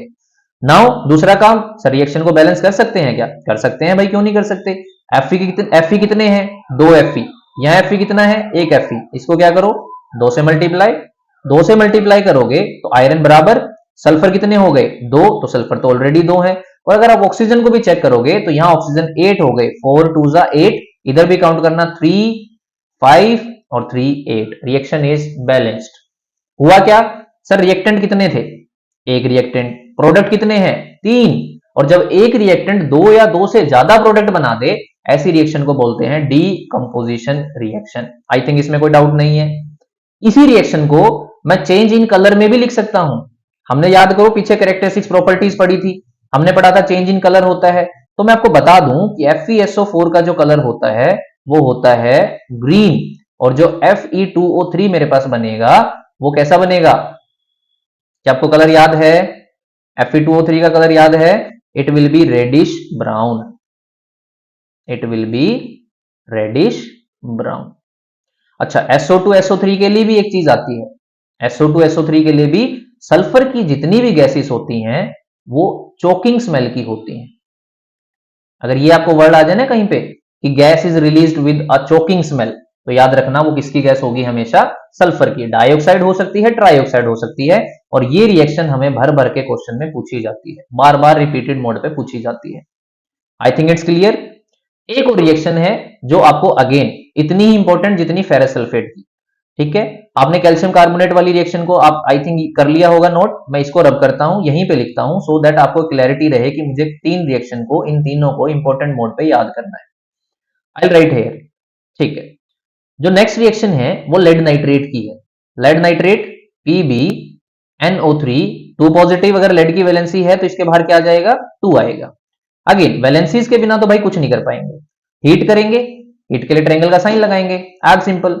तो क्या किया, PbNO3 होल ट्वाइस को जब हीट करोगे तो ये भी ब्रेक डाउन होगा। PbO plus NO2, nitrogen dioxide gas है, गैस का सिंबल, ऑक्सीजन निकलेगी तो ऑक्सीजन पे सिंबल। अब बैलेंस कर सकते हैं क्या? ऑब्वियसली कर सकते हैं। अब मेथड का नाम हिट एंड ट्रायल है, तो हिट एंड ट्रायल कैसे लगाना है? Pb को सर 2 से मल्टीप्लाई कर दो। Pb को 2 से मल्टीप्लाई करेंगे तो नाइट्रोजन ऑलरेडी कितने थे? 2, और 2 से मल्टीप्लाई करेंगे तो 4। नाइट्रोजन को सर 4 से मल्टीप्लाई कर दो। Pb कितने हो गए? 2, तो PbO को 2 से मल्टीप्लाई कर दो। अब देखो ऑक्सीजन, 3 2 6, इसको मल्टीप्लाई करोगे इससे, 3 2 6, और 6 को फिर 2 से करो तो 12। इधर काउंट करो, ये 2 ऑक्सीजन है, ये कितने हैं? 8, मतलब 10, और 2 यहां से जोड़ोगे तो कितने हो गए? 12। मतलब अब ये रिएक्शन क्या हो गई हमारी? बैलेंस्ड। और इसके ऊपर भी क्वेश्चन आता है, कैसे? कलर चेंज बताओ। लेड नाइट्रेट का जो कलर होता है कलरलेस होता है, कोई कलर होता ही नहीं है। PbO लेड ऑक्साइड का जो प्रेसिपिटेट बनता है ये येलो कलर का बनता है। नाइट्रोजन डाइऑक्साइड जो गैस निकलती है ये ब्राउन फ्यूम्स की गैस होती है। और इसके ऊपर ये क्वेश्चंस आपका केस स्टडी में भी आता है। कैसे आता है केस स्टडी में क्वेश्चन? कोई एक बॉय है, लड़का, उसके पास एक कंपाउंड है X, वो उसको चाइना डिश में डाल के हीट कर रहा है, येलो कलर का ये बनेगा, ब्राउन फ्यूम की वो निकलेगी, ये बताओ क्या होते हैं। तो अगर मुझे ये रिएक्शन याद होगा तो मैं आराम से रिएक्शन को लिख के बैलेंस करके बता सकता हूं कि प्रेसिपिटेट लेड ऑक्साइड का येलो कलर, कलर चेंज भी बता सकता हूं, ब्राउन फ्यूम की गैस नाइट्रोजन डाइऑक्साइड होती है ये भी बता सकता हूं, रिएक्शन को इजिली बैलेंस भी कर सकता हूं। ठीक है, so this is decomposition reaction. अब आपने अगर एक चीज नोट की हो, नहीं की, तो मैं आपको बताता हूं क्या चीज है जो नोट डाउन करनी थी। सर हम यहां भी हीट दे रहे हैं, यहां भी हीट दे रहे हैं, और जब हम कैल्शियम कार्बोनेट को ब्रेक डाउन कर रहे थे तो भी हीट दे रहे थे। इसका मतलब सारी रिएक्शन का डीकंपोजिशन सिर्फ हीट से ही होगा क्या? ऐसा बिल्कुल भी नहीं है। फिर क्या समझना है भाई, जब भी डीकंपोजिशन रिएक्शन हीट की हेल्प से की जाती है तो उसका एक सब पार्ट, मतलब डीकंपोजिशन का भी सब पार्ट होता है, जिसको बोलते हैं, मैं यहां लिख रहा हूं, जिसको बोलते हैं थर्मल डीकंपोजिशन। ठीक कर लेते हैं इसकी स्पेलिंग मिस्टेक यहां पे, इसको बोलते हैं थर्मल डीकंपोजिशन। मतलब अगर थर्मल डीकंपोजिशन को डिफाइन करना आ जाए तो कैसे करेंगे? डीकंपोजिशन की ही डेफिनेशन को पकड़ेंगे। In a chemical reaction when single reactant will break down into 2 or more then 2 products, और इसके आगे ही मैं लिख दूंगा विद हेल्प ऑफ हीट। बस भाई हीट की हेल्प से किया तो थर्मल डिकम्पोजिशन, थर्मल से याद रखना हीट, हीट देके अगर मैंने रिएक्टेंट को तोड़ा है दो या दो से ज्यादा प्रोडक्ट में, तो वो थर्मल डिकम्पोजिशन का एग्जांपल है। अगर सर ये डी इसका सब पार्ट है तो ऐसे ऐसे सब पार्ट्स और भी होंगे। दूसरा सब पार्ट बताता हूं। दूसरा सब पार्ट जो होता है, ये सब पार्ट्स हैं किसके, डिकम्पोजिशन के। पहला क्या पढ़ा, थर्मल। दूसरा क्या होगा, photolytic, photolytic decomposition reaction. Now what is this photolytic decomposition? भाई याद रखना, फोटोसिंथेसिस तो याद रह ही सकता है। फोटोसिंथेसिस कौन करते हैं, प्लांट्स करते हैं। सर उनकी बेसिक रिक्वायरमेंट होती है, उनको क्या चाहिए, उनको चाहिए सनलाइट। और फोटोलिटिक में जब हम सनलाइट देंगे, तो मैं आपको बता के आया हूं, सनलाइट के लिए सिंबल यूज करेंगे एच न्यू का। ये एच होता है और ऐसे वी को थोड़ा सा ऐसे टिल्ट करके बड़ा बनाएंगे, एच न्यू मतलब सनलाइट होगा। सनलाइट की हेल्प से भी हम रिएक्शंस को ब्रेक डाउन कर सकते हैं। ठीक है, तो हम क्या पढ़ेंगे, जैसे कि आपको मैं एक एग्जांपल बताऊं, डेफिनेशन बताने की नीड तो नहीं है, क्यों नहीं है, देखो यहीं पे इसको मैंने क्या पढ़ा, in a chemical reaction when single product will break down into two or more than two products with the help of heat, heat था तो थर्मल। इसी को मैं क्या पढ़ूं, in a chemical reaction when single reactant will break down into two or more than two product with the help of sunlight. Sunlight करते ही क्या बन जाएगा, फोटोलिटिक डिकम्पोजिशन बन जाएगा। तो इसका मतलब मुझे डेफिनेशन बार बार इनको क्रैम करने की, रटने की, लिखने की नीड नहीं है, बस समझने की नीड है। हीट की हेल्प से थर्मल, सनलाइट की हेल्प से फोटोलिटिक, इलेक्ट्रिसिटी की हेल्प से इलेक्ट्रोलिटिक, जो कि अगला पार्ट हमने पढ़ना है। ठीक है, तो इसको आगे कैरी फॉरवर्ड करके इसके एग्जांपल्स पे चलते हैं। इसका एग्जांपल है कि अगर आपने सिल्वर क्लोराइड लिया और अगर आपने उस पर सनलाइट पास की, एच न्यू सनलाइट, ये ब्रेक डाउन करेगा Ag प्लस Cl। ये सही है, नहीं है, क्यों, क्योंकि क्लोरीन कभी भी अकेले एलिमेंटल फॉर्म में नहीं होता, गैस की फॉर्म में होता है Cl2, और गैस है तो गैस का सिंबल लगाएंगे। सर बैलेंस कर दें क्या, बिल्कुल कर सकते हैं। यहां कितने क्लोरीन, दो, यहां कितना, एक, इसको क्या करो दो से, Ag कितने हो गए, दो, इसको भी क्या करो दो से, रिएक्शन इज बैलेंस्ड। तो मतलब क्या किया, सिंगल रिएक्टेंट को दो प्रोडक्ट बनाए। ऐसे ही एक रिएक्शन और बुक में मिलेगी, वो AgBr की है। अब इनमें तो कोई डिफरेंस नहीं है, क्यों, यहाँ पे Ag बनेगा, ब्रोमीन भी तो गैस होती है भाई, ब्रोमीन गैस निकलेगी, गैस का सिंबल लगाएंगे। Br2 कितने, दो, यहाँ Br कितना, एक, इसको क्या करें दो से, Ag कितना, दो, तो क्या हो गई, बैलेंस्ड।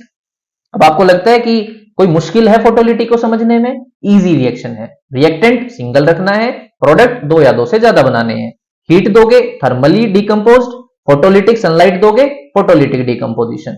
नाउ इस पे एक क्वेश्चन, मतलब ये तो आ ही सकता है बोर्ड में, लेकिन इस पे एक क्वेश्चन जो आता है और बच्चे उसमें मिस्टेक कर देते हैं, ध्यान नहीं रखते, वो है इसकी एप्लीकेशन पूछ ली जाती है। भाई इसकी एप्लीकेशन क्या है, कहां यूज करते हैं, जस्ट आपको याद रखना है, this is used in black and white photography. पहले डिजिटली नहीं करते थे, वो ब्लैक कलर की फिल्म्स और वो बनाते थे, उसमें कहीं इसका यूज करते होंगे। हमें उतना डीप इसमें जाने की नीड नहीं है, हमें बस याद रखना है फोटोलिटिक डिकम्पोजिशन की एप्लीकेशन है, it is used in black and white photography. ठीक है, this is photolytic decomposition. Third क्या पढ़ा, हीट से थर्मल, फोटोलिटिक सनलाइट। अब देनी है इलेक्ट्रिसिटी, और इलेक्ट्रिसिटी में हम पढ़ते हैं इलेक्ट्रोलिटिक डिकम्पोजिशन। इलेक्ट्रोलिटिक डिकम्पोजिशन पढ़ेंगे।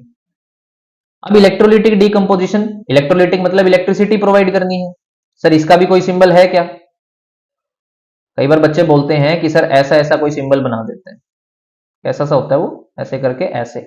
इससे क्या होता है, जैसे वो फोन चार्ज करते हैं तो एक सिंबल आता है ना ऐसे करके, ऐसे कि सर बैटरी चार्ज लग गई, मतलब इलेक्ट्रिसिटी मिल गई। ऐसा कुछ भी मत करके आना भाई, हम वहां पे फोन चार्ज लगाने नहीं बैठेंगे, हम वहां पे क्वेश्चन को अटेम्प्ट करने बैठेंगे।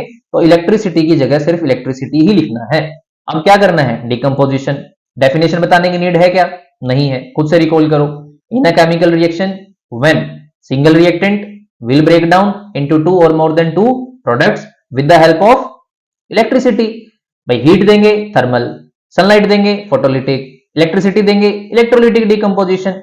इसका एक ही एग्जांपल हम पढ़ते हैं और वही हमारे पेपर में रिपीट होता है, वो है H2O का डिकम्पोजिशन। H2O में से अगर आप इलेक्ट्रिसिटी पास करते हो, वाटर से इलेक्ट्रिसिटी पास करते हो, तो ये H2 प्लस O2 गैसेस बनाता है। गैसेस हैं तो गैस के सिंबल लगाना हम नहीं भूलेंगे। बैलेंस कर सकते हैं, सर ये तो डिकम्पोजिशन है समझ में आ गया, इलेक्ट्रिसिटी से है समझ में आ गया, क्वेश्चन कैसे आएगा, ये एग्जांपल, इससे क्वेश्चन कैसे आता है, ये इतना इजी क्वेश्चन ऐसे डायरेक्ट कोई नहीं पूछेगा हमसे, तो क्वेश्चन कैसे आएगा, इसकी ऑब्जर्वेशन क्या है? इसकी ऑब्जर्वेशन ये है कि जब हम रिएक्शन को बैलेंस करेंगे, ऑक्सीजन कितने 2, यहां क्या करना पड़ेगा 2 से मल्टीप्लाई, हाइड्रोजन कितने हो गए 4, तो इसको क्या करूं 2 से मल्टीप्लाई।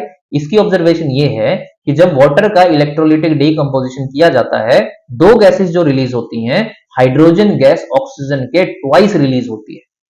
समझ में आ रहा है मैं क्या बता रहा हूं? हाइड्रोजन गैस ऑक्सीजन के ट्वाइस रिलीज होती है, ये हमारा ऑब्जर्वेशन होता है और यही क्वेश्चन हमारे बोर्ड में आता भी है। ठीक है, तो ये मेरा complete decomposition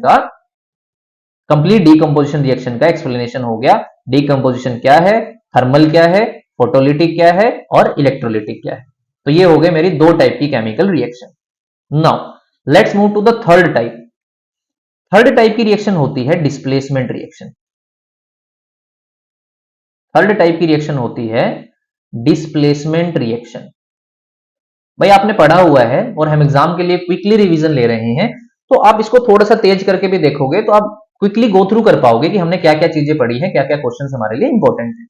now displacement reaction, displace करना क्या होता है भाई, कोई चीज यहां है उसको यहां से हटा के यहां ले आओ, यही होता है डिस्प्लेस करना। किसी एक चीज को एक जगह से हटा के दूसरी जगह करना, ये होता है मेरे पास डिस्प्लेस। तो अब मुझे क्या करना है, डिस्प्लेसमेंट रिएक्शन में कैसे पढ़ेंगे हम। डिस्प्लेसमेंट कौन करेगा, मान लो यहां पे कोई एक चीज रखी हुई है, यहां पे एक कोई चीज रखी हुई है, यहां से एक ए बंदा इसको पुल कर रहा है, यहां से इसको एक बी बंदा पुल कर रहा है। ठीक है, मैं बोल रहा हूं दोनों पुल कर रहे हैं, ये चीज किसकी तरफ जाएगी, जो ज्यादा जोर लगाएगा ऑब्वियसली, जो ज्यादा पावरफुल होगा ऑब्वियसली, जो ज्यादा स्ट्रॉन्ग होगा ऑब्वियसली। तो हम डिस्प्लेसमेंट रिएक्शन में भी क्या पढ़ेंगे भाई, हम स्ट्रेंथ के ऊपर भी पढ़ेंगे। क्या स्ट्रेंथ, जो मेटल हमारा हाई रिएक्टिविटी का होगा, ज्यादा रिएक्टिव होगा, वो लेस वाले को डिस्प्लेस कर देगा उसके सोल्ट सॉल्यूशन से। कैसे लिखेंगे इसकी definition, in a chemical reaction, in a chemical reaction a more reactive metal will displace the less reactive metal from its salt solution।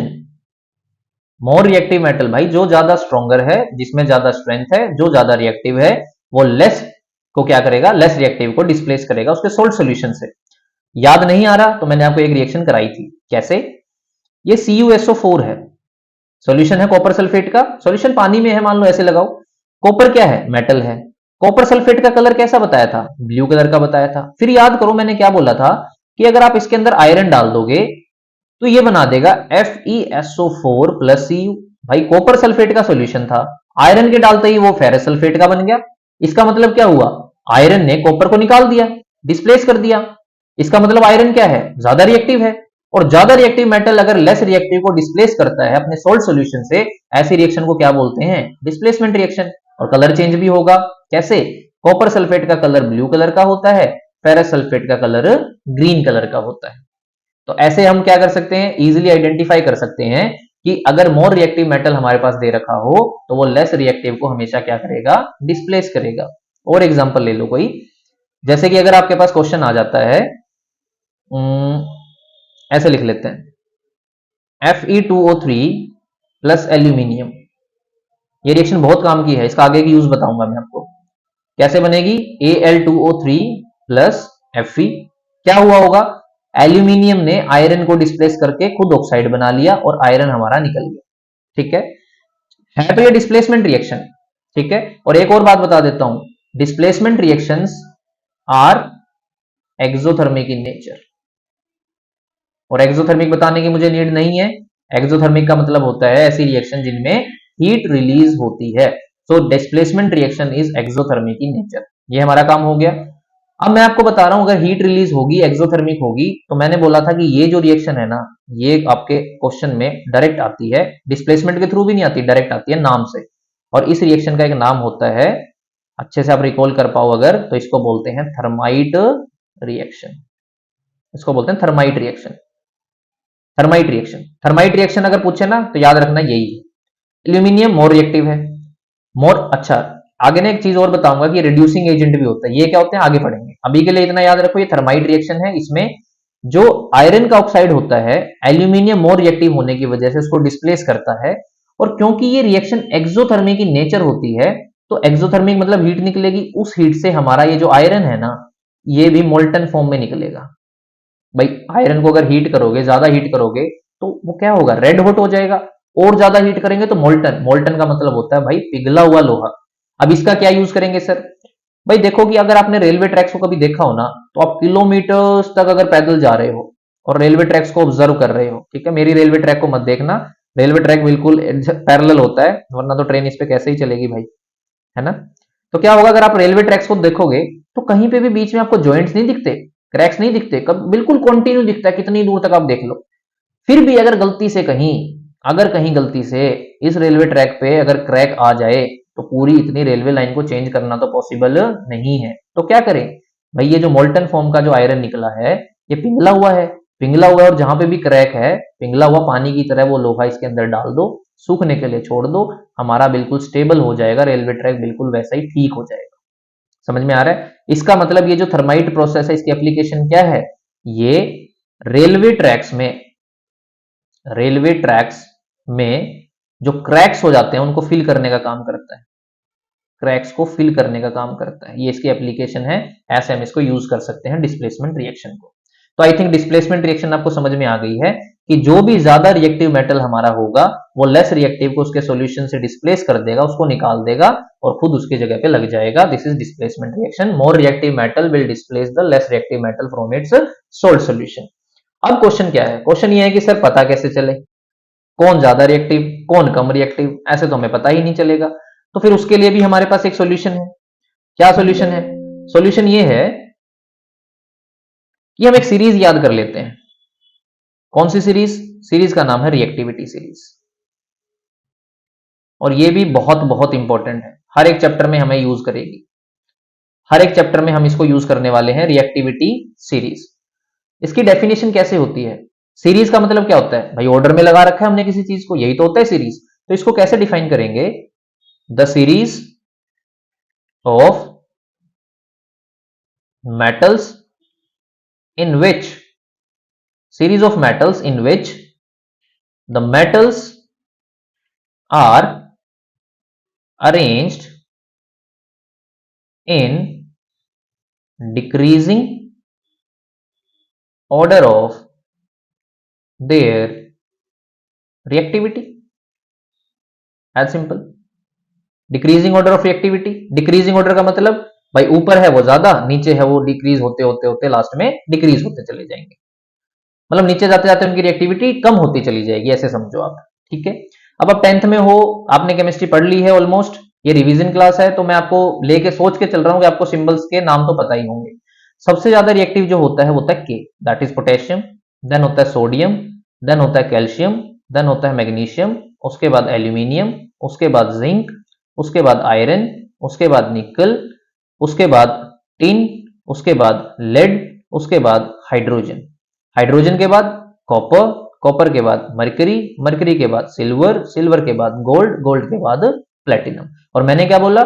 Decreasing order में। तो क्या होगा एनसीईआरटी में या कहीं पे भी आप देखोगे तो ऐसे एरो लगा रखी है डाउनवर्ड साइड पे, ऐसे लास्ट तक प्लेटिनम तक, और उनके ऊपर यहां लिखा मिलेगा डिक्रीजिंग ऑर्डर ऑफ रिएक्टिविटी। भाई जितना नीचे जाओगे उतने ही लेस रिएक्टिव। तो सबसे ज्यादा रिएक्टिव कौन? पोटेशियम। सबसे कम रिएक्टिव कौन? प्लेटिनम। तो इससे मैं आइडिया लगा सकता हूं ना भाई, CuSO4 में आयरन डाला गया तो फिर कॉपर डिस्प्लेस हुआ और उसकी जगह पे बना FeSO4। क्यों हुआ? चलो ढूंढो, ढूंढो कॉपर कहां है, ये रहा कॉपर। Fe कहां है? ये रहा Fe। और ये सारे इसके नीचे आएंगे, H के नीचे जगह नहीं थी तो मैंने यहां लिखा है, तो आपको पता चला कि Fe तो बहुत ऊपर है। मैंने बोला नीचे जाने से रिएक्टिविटी डिक्रीज करती है, नीचे जाने से डिक्रीज करती है तो ऊपर वाला ज्यादा रिएक्टिव। अगर Fe ज्यादा रिएक्टिव है तो फिर कॉपर को डिस्प्लेस करेगा, डिस्प्लेसमेंट रिएक्शन हो जाएगी। इसका मतलब अगर आप इस सीरीज को याद कर लेते हो तो आपकी बहुत सारी चीजें आसान हो जाएंगी। रिएक्टिविटी सीरीज, इसको हम एसिड बेस चैप्टर में भी यूज करने वाले हैं, मेटल नॉन मेटल में भी यूज करने वाले हैं, तो इसको तो हमने याद कर लेना है बढ़िया से, सिंबल्स के साथ, नाम के साथ। अब काम क्या है सर? ये कुछ ऐसे ट्रिक्स जो याद हो जाए, तो ट्रिक मैंने भी पढ़ी है, आप भी उसी को फॉलो कर लो। ट्रिक पड़ी है कि कोई एक बंदा है जिसका नाम है प्रोफेसर एस सी मेजिंटल, एससी मेजिंटल, ठीक है। अब मेजिंटल में हम लेड तक की चीजें कवर कर लेंगे, उसके बाद तो याद हो ही जाता है, कॉपर, मरकरी और फिर सिल्वर, गोल्ड, प्लेटिनम तो भाई किसको याद नहीं होते, सोना चांदी तो सबको याद रहते हैं भाव की वजह से, ठीक है। तो अब क्या करें, प्रोफेसर का तो आपको पी उठाना है, पी से पोटेशियम तो सबसे पहला है, एस से sodium, calcium, magnesium, aluminium, zinc, iron, निकल, टिन, लेड। याद रखना एसएन, यहां दिक्कत आती है बच्चों को, ये होता है टिन, पीबी होता है लेड, एनआई होता है निकल। तो यहां से लेड तक की चीजें आप यहां से याद कर सकते हो, P potassium, sodium, calcium, magnesium, aluminium, zinc, iron, निकल, टिन, लेड। उसके बाद हाइड्रोजन, हाइड्रोजन के बाद वाले आपको याद करने पड़ेंगे, याद हो जाते हैं 2 बार लिखते ही, कॉपर, कॉपर के बाद मरकरी, मरकरी के बाद चांदी, एजी, सिल्वर, उसके बाद सोना, गोल्ड, उसके बाद प्लेटिनम, और नीचे वाले ऐसे ही 3। अब देखो एक और चीज बताऊं भाई, ये जितना नीचे हम जाते हैं उतना ही लेस रिएक्टिव, इसका मतलब प्लेटिनम लीस्ट रिएक्टिव। तो सोना चांदी और प्लेटिनम तो रिएक्ट करते ही नहीं है भाई, तभी तो वो इतने महंगे हैं, तभी तो उनको ज्वेलरी में यूज करते हैं। वरना तो क्या होता, हम आयरन के पहन के कुछ जाते बाहर और 2 दिन में आते तो वो तो खराब हो गए होते। लेकिन ये लीस्ट रिएक्टिव है, आप एयर में जाओ नहाओ, उनको कुछ उन पे लग जाएगा तो वो जल्दी से खराब नहीं होंगे, रीजन भी उनकी रिएक्टिविटी बड़ी लेस है। तो रिएक्टिविटी का सबसे बड़ा फायदा यही है कि अगर वो कम रिएक्टिव है ना तो उतने ही महंगे भी इसीलिए हैं, सो दैट हम उनको लॉन्गर टाइम तक, लॉन्गर ड्यूरेशन तक क्या है, यूज कर पा रहे हैं। सो दिस इज रिएक्टिविटी सीरीज, और इससे हमें डिस्प्लेसमेंट रिएक्शन का आइडिया मिलेगा। अगर आपको सीरीज याद हो गई तो आपको पता लगेगा कि डिस्प्लेसमेंट रिएक्शन हो सकती है, अदरवाइज नहीं हो सकती, ठीक है। क्यों नहीं हो सकती, मान लो एग्जामिनर ने कोई क्वेश्चन दे दिया आपको, ठीक है, ये भी आपको बता ही देता हूं। कई बार हमें कंफ्यूजन रहती है कि सर होती ही है रिएक्शन तो हम कर ही देते हैं गलती से, लेकिन कई बार नहीं भी होंगी, क्यों? अगर इसी क्वेश्चन को वो ऐसे दे देता, FeSO4 प्लस Cu, और फिर अगर आपने ऐसा कर दिया होता CuSO4 प्लस Fe, तो आपने तो ब्लंडर मिस्टेक कर दी है। क्यों? कॉपर कहां है, ये रहा, Fe कहां है, ये रहा, और Fe ज्यादा रिएक्टिव है, तो भाई ये लेस रिएक्टिव वाला इस ज्यादा रिएक्टिव को डिस्प्लेस नहीं कर सकता, नहीं कर सकता, तो आप क्या करोगे, कोई भी प्रोडक्ट नहीं लिखोगे और इसके आगे लिखोगे नो रिएक्शन, और इसके नीचे लिख दोगे because copper is less reactive than iron, reaction will not takes place. So ये मेरे हो गई थर्ड टाइप की रिएक्शन जिसको बोलते हैं displacement reaction. Now next type, fourth type. Displacement के बाद हमारी आएगी डबल डिस्प्लेसमेंट। भाई हो तो इसमें भी डिस्प्लेसमेंट रहा है, लेकिन इसमें नाम जोड़ दिया डबल डिस्प्लेसमेंट, मतलब कुछ तो खास है इसमें। अब क्या खास है डबल डिस्प्लेसमेंट में, डिस्प्लेसमेंट और डबल मतलब दो चीजें डिस्प्लेस होंगी। इसमें कैसे हम बोलते हैं, in a chemical reaction, in a chemical reaction both reactants will exchange their ions to form new products. Ions are exchanged, both the reactants will exchange their ions. देखो मैं आपको इजी एग्जांपल बताता हूं, सबसे इजी एग्जांपल लो आप, Na2SO4 sodium sulphate plus Ki, ठीक है। कैसे बनेगा, देखो आयंस कैसे बनते हैं, पहले आयंस को बनाना सीख लो। अगर ये Na2 है तो यहां से भाई Na पॉजिटिव के आयंस भी बनेंगे, यहां से क्या बनेंगे SO2 के आयंस। ये भी अगर ब्रेक डाउन करूं तो 2 आयंस K पॉजिटिव और I नेगेटिव, पोटेशियम के आयंस, आयोडाइड के आयन, ये सल्फेट के आयन, ये सोडियम के आयन। मैं बोल रहा हूं डबल डिस्प्लेसमेंट, डबल डिस्प्लेस कैसे होंगे, इसका पॉजिटिव इसके नेगेटिव के साथ, इसका पॉजिटिव इसके नेगेटिव के साथ, और कंबाइन करोगे तो प्रोडक्ट क्या बनेगा, NaI प्लस K2SO4। क्या हुआ, दोनों के दोनों रिएक्टेंट्स ने अपने आयंस को एक्सचेंज कर लिया है, और जब रिएक्टेंट्स अपने आयंस को एक्सचेंज करके न्यू प्रोडक्ट्स की फॉर्मेशन करते हैं तो उसको क्या बोलेंगे, double displacement reaction. I think clear है। ऐसा ही मैं आपको एग्जांपल पीछे एक लेड आयोडाइड का, लेड नाइट्रेट का भी बता के आया हूं, वो भी क्या है डबल डिस्प्लेसमेंट। कौन सा, PbNO3 whole twice lead nitrate, इसकी रिएक्शन Ki के साथ कराओ, क्या बनाएगा, PbI2 प्लस KNO3। याद रखना लेड आयोडाइड का जो बनता है वो बनता है प्रेसिपिटेट, और प्रेसिपिटेट हमेशा कैसा होगा, डाउनवर्ड एरो यूज करेंगे और इनसोल्यूबल होगा। ठीक है, इसमें क्वेश्चन आता है, कैसे क्वेश्चन आएगा कि ये जो रिएक्शन हुई है ना, इसमें प्रेसिपिटेट का कलर बताओ, तो याद रखना लेड आयोडाइड का जो प्रेसिपिटेट बनेगा येलो कलर का बनेगा, क्योंकि लेड नाइट्रेट का तो कोई कलर होता ही नहीं है। फिर दोनों को मिलाया तो एक येलो कलर का इनसोल्यूबल सब्सटेंस बना, तो इसको क्या बनेगा, ये प्रेसिपिटेट। इनसोल्यूबल सब्सटेंस को भी प्रेसिपिटेट बोलते हैं। याद रखना कि डबल डिस्प्लेसमेंट रिएक्शंस को ही प्रेसिपिटेशन रिएक्शन बोलते हैं। ये चीज आपको ध्यान रखनी चाहिए। अगर क्वेश्चन आ जाए कि प्रेसिपिटेशन का एग्जांपल लिखो, तो आप ये वाला एग्जांपल लिख दो। ये डबल डिस्प्लेसमेंट का भी एग्जांपल है, ये प्रेसिपिटेशन का भी एग्जांपल है। I think double displacement reactions को आप समझ सकते हो अब क्या है। ठीक है, अब मैं आपको एक क्वेश्चन बताता हूं जो एक बार बोर्ड में आया और बच्चों ने गलत कर दिया। ये इजी है, ये आप गलत नहीं करोगे, ये आप सीख लोगे, ये आप गलत नहीं भी करोगे। एक क्वेश्चन ये आया कि मुझे एक ऐसी डबल डिस्प्लेसमेंट रिएक्शन बताओ जो न्यूट्रलाइजेशन रिएक्शन को भी फॉलो करती है। ऐसी डबल डिस्प्लेसमेंट का एग्जांपल लिखो जो न्यूट्रलाइजेशन का भी एग्जांपल है। तो भाई गलती नहीं करना। न्यूट्रलाइजेशन को समझो क्या होता है, कोई भी एसिड प्लस बेस, कोई भी एसिड प्लस बेस जब रिएक्शन करता है तो क्या बनाता है, सोल्ट प्लस वाटर। यही तो न्यूट्रलाइजेशन होती है। सर क्या ये डबल डिस्प्लेसमेंट का एग्जांपल है, चेक कर लेते हैं। एसिड को लो HCl, बेस को लो NaOH। ठीक है सर, इसके आयंस बना के दिखाओ। ये देखो H पॉजिटिव है, Cl नेगेटिव है।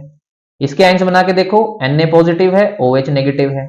ये H, ये OH, भाई एक का नेगेटिव दूसरे के पॉजिटिव के साथ जुड़ने वाला है ना, तभी तो आयंस एक्सचेंज होंगे, H2O बनेगा। इसका पॉजिटिव इसके नेगेटिव के साथ जुड़ के क्या बनाएगा, NaCl बनाएगा। और ये क्या है, सोल्ट है। ये क्या है, वाटर है।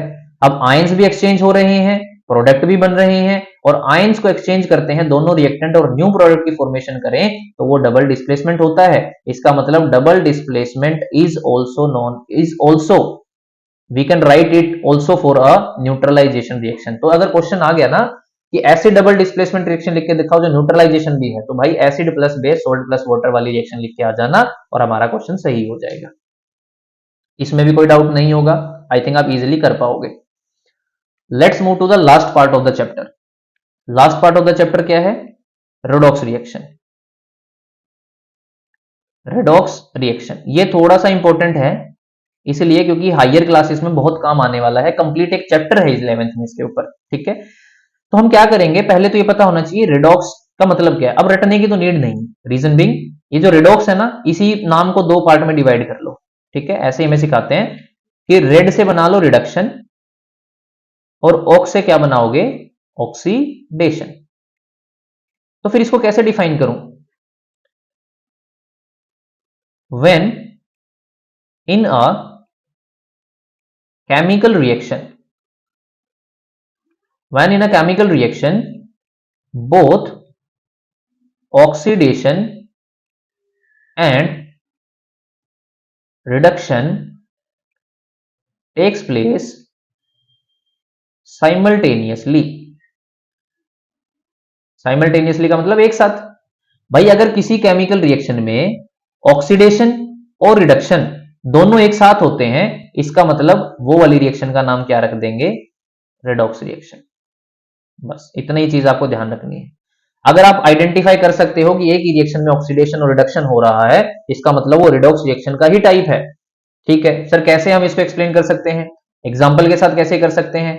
एग्जाम्पल के साथ करने से पहले आपको यह पता होना चाहिए कि कोई भी रिएक्शन कब ऑक्सीडेशन अंडरगो करती है और कब रिडक्शन अंडरगो करती है। ठीक है, उसके हम तीन टाइप पढ़ेंगे, तीन तरीके से हम आइडेंटिफाई कर सकते हैं। फर्स्ट क्या है, ऑक्सीजन इज गेन।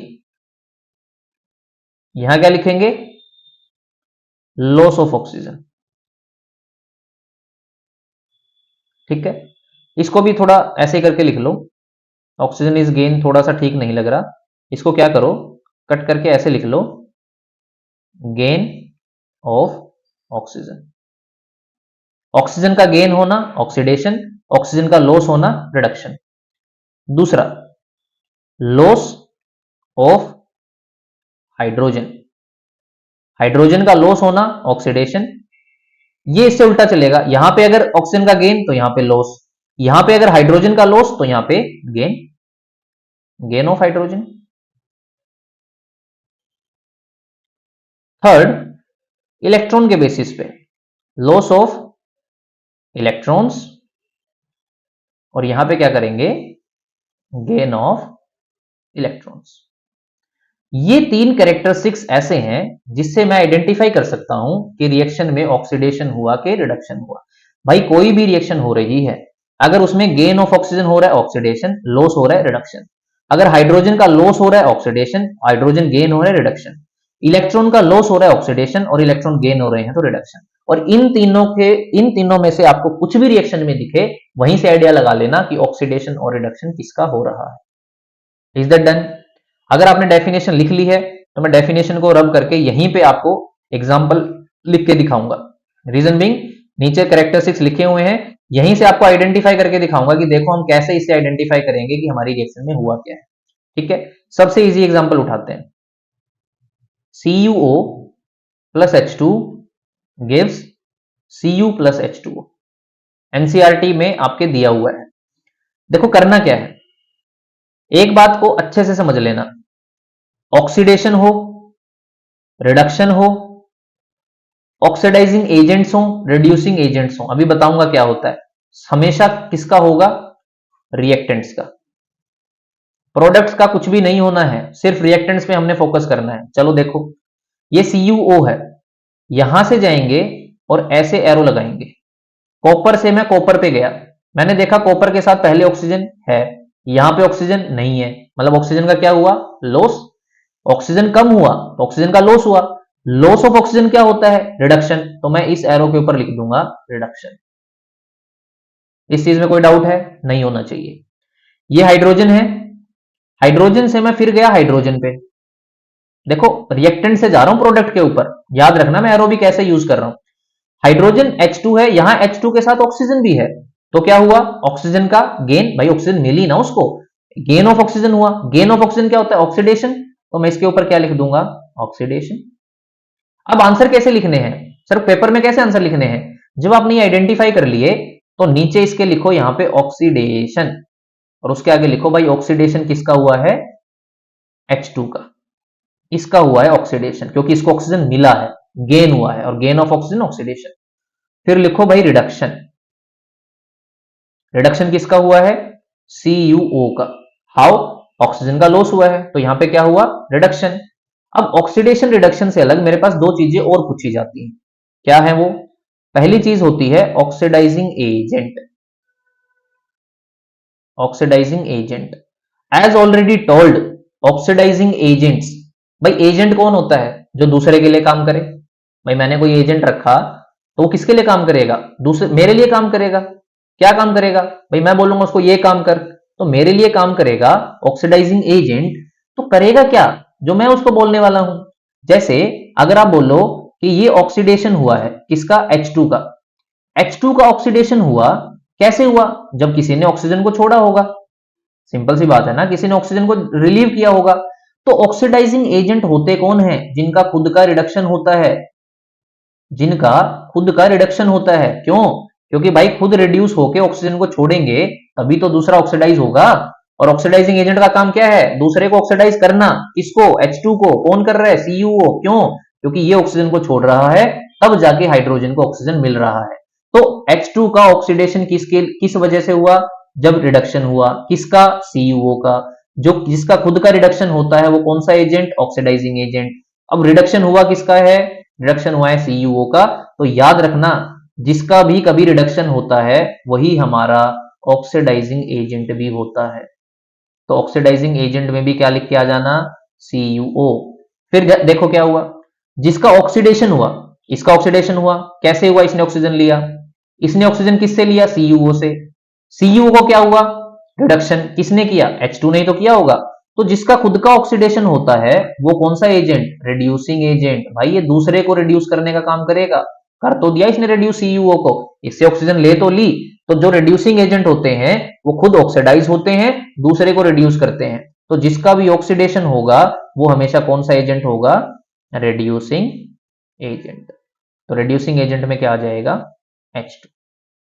ऐसे ये क्वेश्चन हमें आइडेंटिफाई करना है कि रेडॉक्स रिएक्शन क्या होगी, ऐसी केमिकल रिएक्शन जिसमें ऑक्सीडेशन रिडक्शन दोनों हो रहे हो और उसके साथ ही हमारे पास क्या आ जाए, ऑक्सीडेशन किसका, रिडक्शन किसका, ऑक्सीडाइजिंग एजेंट कौन, रिड्यूसिंग एजेंट। जो इंपॉर्टेंट बात मैंने बताई है, ये गलती बोर्ड में बिल्कुल भी नहीं करके आनी। देखो ऑक्सीडेशन हुआ H2, ये भी रिएक्टेंट है। रिडक्शन किसका हुआ, CuO, ये भी रिएक्टेंट है। ऑक्सीडाइजिंग एजेंट CuO, ये भी रिएक्टेंट है। और रिड्यूसिंग एजेंट H2, ये भी रिएक्टेंट है। Oxidising agent, reducing agent, oxidation, reduction, कुछ भी पूछे हमेशा कौन होंगे, रिएक्टेंट्स। प्रोडक्ट कभी भी नहीं होते हैं, ये गलती नहीं होनी चाहिए। तो इन 3 तरीकों से हम आइडेंटिफाई करेंगे। मैं आपको एक क्वेश्चन और करा देता हूं जिससे आपको क्लैरिटी मिल जाएगी और यही क्वेश्चन आपके बोर्ड में रिपीट भी होता रहा है। क्वेश्चन कौन सा है, जो मैंने आपको बैलेंसिंग के टाइम कराया था, कौन सा, आपके पास है MnO2, आपने रिएक्शन कराई है HCl के साथ और क्या बनाया है, MnCl2 plus HCl plus Cl2 gas. Gas का सिंबल लगाना मैं नहीं भूलता हूं, आप भी नहीं भूलेंगे। आपने क्या देखा, Mn से कहां गए आप, Mn से गए मैग्नीशियम के ऊपर, तो Mn ये रहा और Mn ये रहा। आपने क्या देखा, सर यहां तो ऑक्सीजन थी, यहां ऑक्सीजन नहीं है, पीछे चलो, ऑक्सीजन का क्या हो गया, लॉस, ये देखो ये रहा। और ऑक्सीजन का लॉस मतलब क्या होता है, रिडक्शन। तो इसका मतलब एरो के ऊपर क्या लिखूं, रिडक्शन। क्यों, ऑक्सीजन का लॉस हुआ। फिर क्या करना है, सर ये रहा H, फिर कहां है, ये रहा H, क्या देखना है, ये रहा Cl2, ये रहा Cl। अब मुझे कैसे पता लगे, मुझे ऐसे पता लगेगा अगर मैं इस H से यहां पे जा रहा हूं, यहां पे जा रहा हूं, HCl में यहां पे गया तो Cl तो है लेकिन H नहीं है, इसका मतलब क्या हुआ, लॉस ऑफ हाइड्रोजन हुआ। फिर से पीछे चलो, ये देखो लॉस ऑफ हाइड्रोजन कहां है, ये रहा loss of hydrogen. Loss of hydrogen क्या है, ऑक्सीडेशन, ठीक है। अगर लॉस ऑफ हाइड्रोजन ऑक्सीडेशन है तो इसके ऊपर लिख दो ऑक्सीडेशन।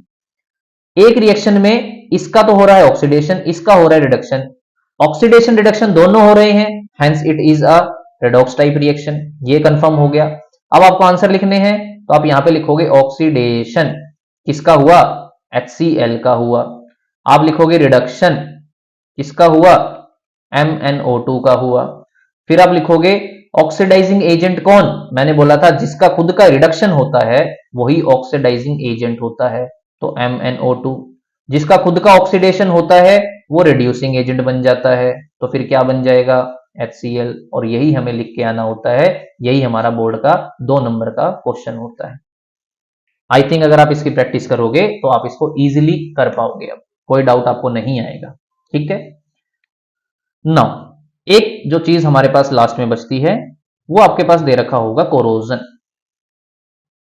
कोरोजन, कोरोजन मेटल का खराब होना होता है। डेफिनेशन आप बुक में से देख सकते हो, it is the slow eating up of metal. Slow eating up of metal मतलब धीरे धीरे मेटल का खराब होना। When it comes in contact with air, oxygen, air भी आता है, मतलब ऑक्सीजन के साथ बेसिकली रिएक्ट करता है, एयर, वाटर, वाटर की जगह मॉइस्चर लिखा मिलेगा, और एनी एसिड्स। जब भी कोई metal slow eating up of या slow decaying up of metal when it comes in contact with air, water or any acids, उसको बोलते हैं कोरोजन, मेटल का धीरे धीरे खराब होना। आपने जो कोरोजन को देखा होगा, आपने ऑब्जर्व किया होगा, वो किया है घर में, जैसे हम आयरन के कोई भी चीज लेके आते हैं तो भाई आयरन का जब भी कभी कोरोजन होता है ना तो उसको रस्टिंग बोलते हैं, मतलब जंग लगना बोलते हैं। भाई लोहे के जंग लग गया, उसको बोलते हैं रस्टिंग। होता कोरोजन ही है, लेकिन जब आयरन को स्पेसिफिकली कोरोजन में पढ़ा जाता है ना तो उसकी प्रोसेस को रस्टिंग बोलते हैं, ठीक है। आयरन भी ऑक्सीजन की प्रेजेंस में आता है, लो ऑक्सीजन की प्रेजेंस में O2 प्लस वाटर मॉलिक्यूल्स। तो इसमें ना आप बुक में देखना XH2O लिखा होगा।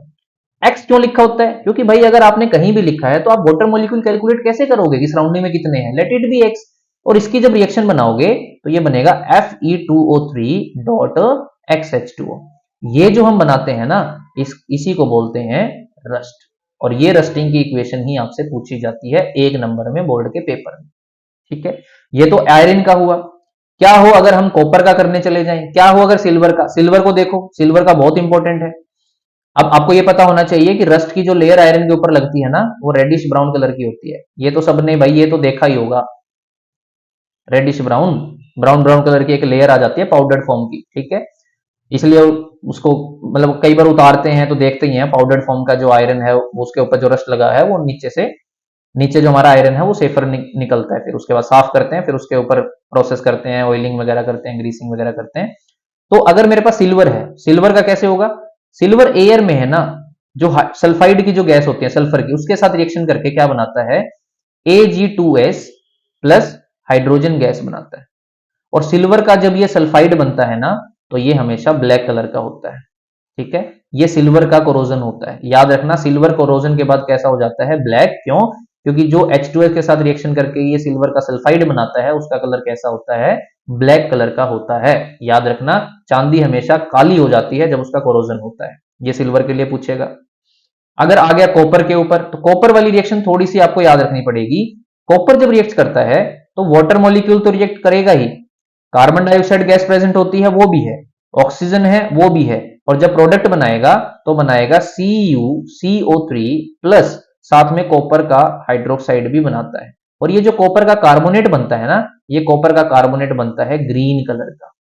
और ये कलर चेंज आपसे पूछे जाते हैं, सिल्वर का कोरोजन ब्लैक कलर, कॉपर का कोरोजन ग्रीन कलर। कैसे, कॉपर कार्बोनेट बनता है। तो इतनी चीजें आपको पता होनी चाहिए कि कोरोजन से मेटल हमारा खराब होता है। और कोरोजन मतलब अगर मॉइस्चर, एटमॉस्फेयर, वाटर ऐसे जब भी रिएक्शन करेगा तो आयरन है रस्टिंग, रस्टिंग की इक्वेशन, सिल्वर है सिल्वर सल्फाइड बनेगा ब्लैक कलर, कॉपर है कॉपर कार्बोनेट वाला बनता है ग्रीन कलर। और अगर कोरोजन से हमें बचना है, हमें तो बचाना ही पड़ेगा ना भाई, बचाना ही पड़ेगा, मेटल खराब हो जाएगा, तो हम चार प्रोसेस करते हैं। एक तो सिंपल होता है ऑयलिंग कर दो, एक होता है पेंटिंग कर दो, पेंट लगा दो उसके ऊपर, एक होता है ग्रीसिंग कर दो, मशीनरी वगैरह में हम ग्रीस लगाते हैं, और फोर्थ होता है गैल्वनाइजेशन कर दो। ये गैल्वनाइजेशन क्या होता है, जिस मेटल को आप बचाना चाहते हो, मान लो आयरन को ही बचाना चाहते हो, तो इसके ऊपर क्या करो, इससे ज्यादा रिएक्टिव मेटल की ना इसके ऊपर लेयर लगा दो। और गैल्वनाइजेशन में किसकी लेयर लगाते हैं, जिंक की। यही क्वेश्चन रिपीट होता है, गैल्वनाइजेशन प्रोसेस में किसकी लेयर लगाते हैं, जिंक की लेयर लगाते हैं। तो ये सेक्रीफिशियल मेथड भी बोलते हैं इसको, सेक्रीफिशियल मेथड। क्यों भाई, जिंक का तो सेक्रीफाइस कर ही रहे हो ना आप आयरन को बचाने के लिए, तो ये सेक्रीफिशियल मेथड भी है।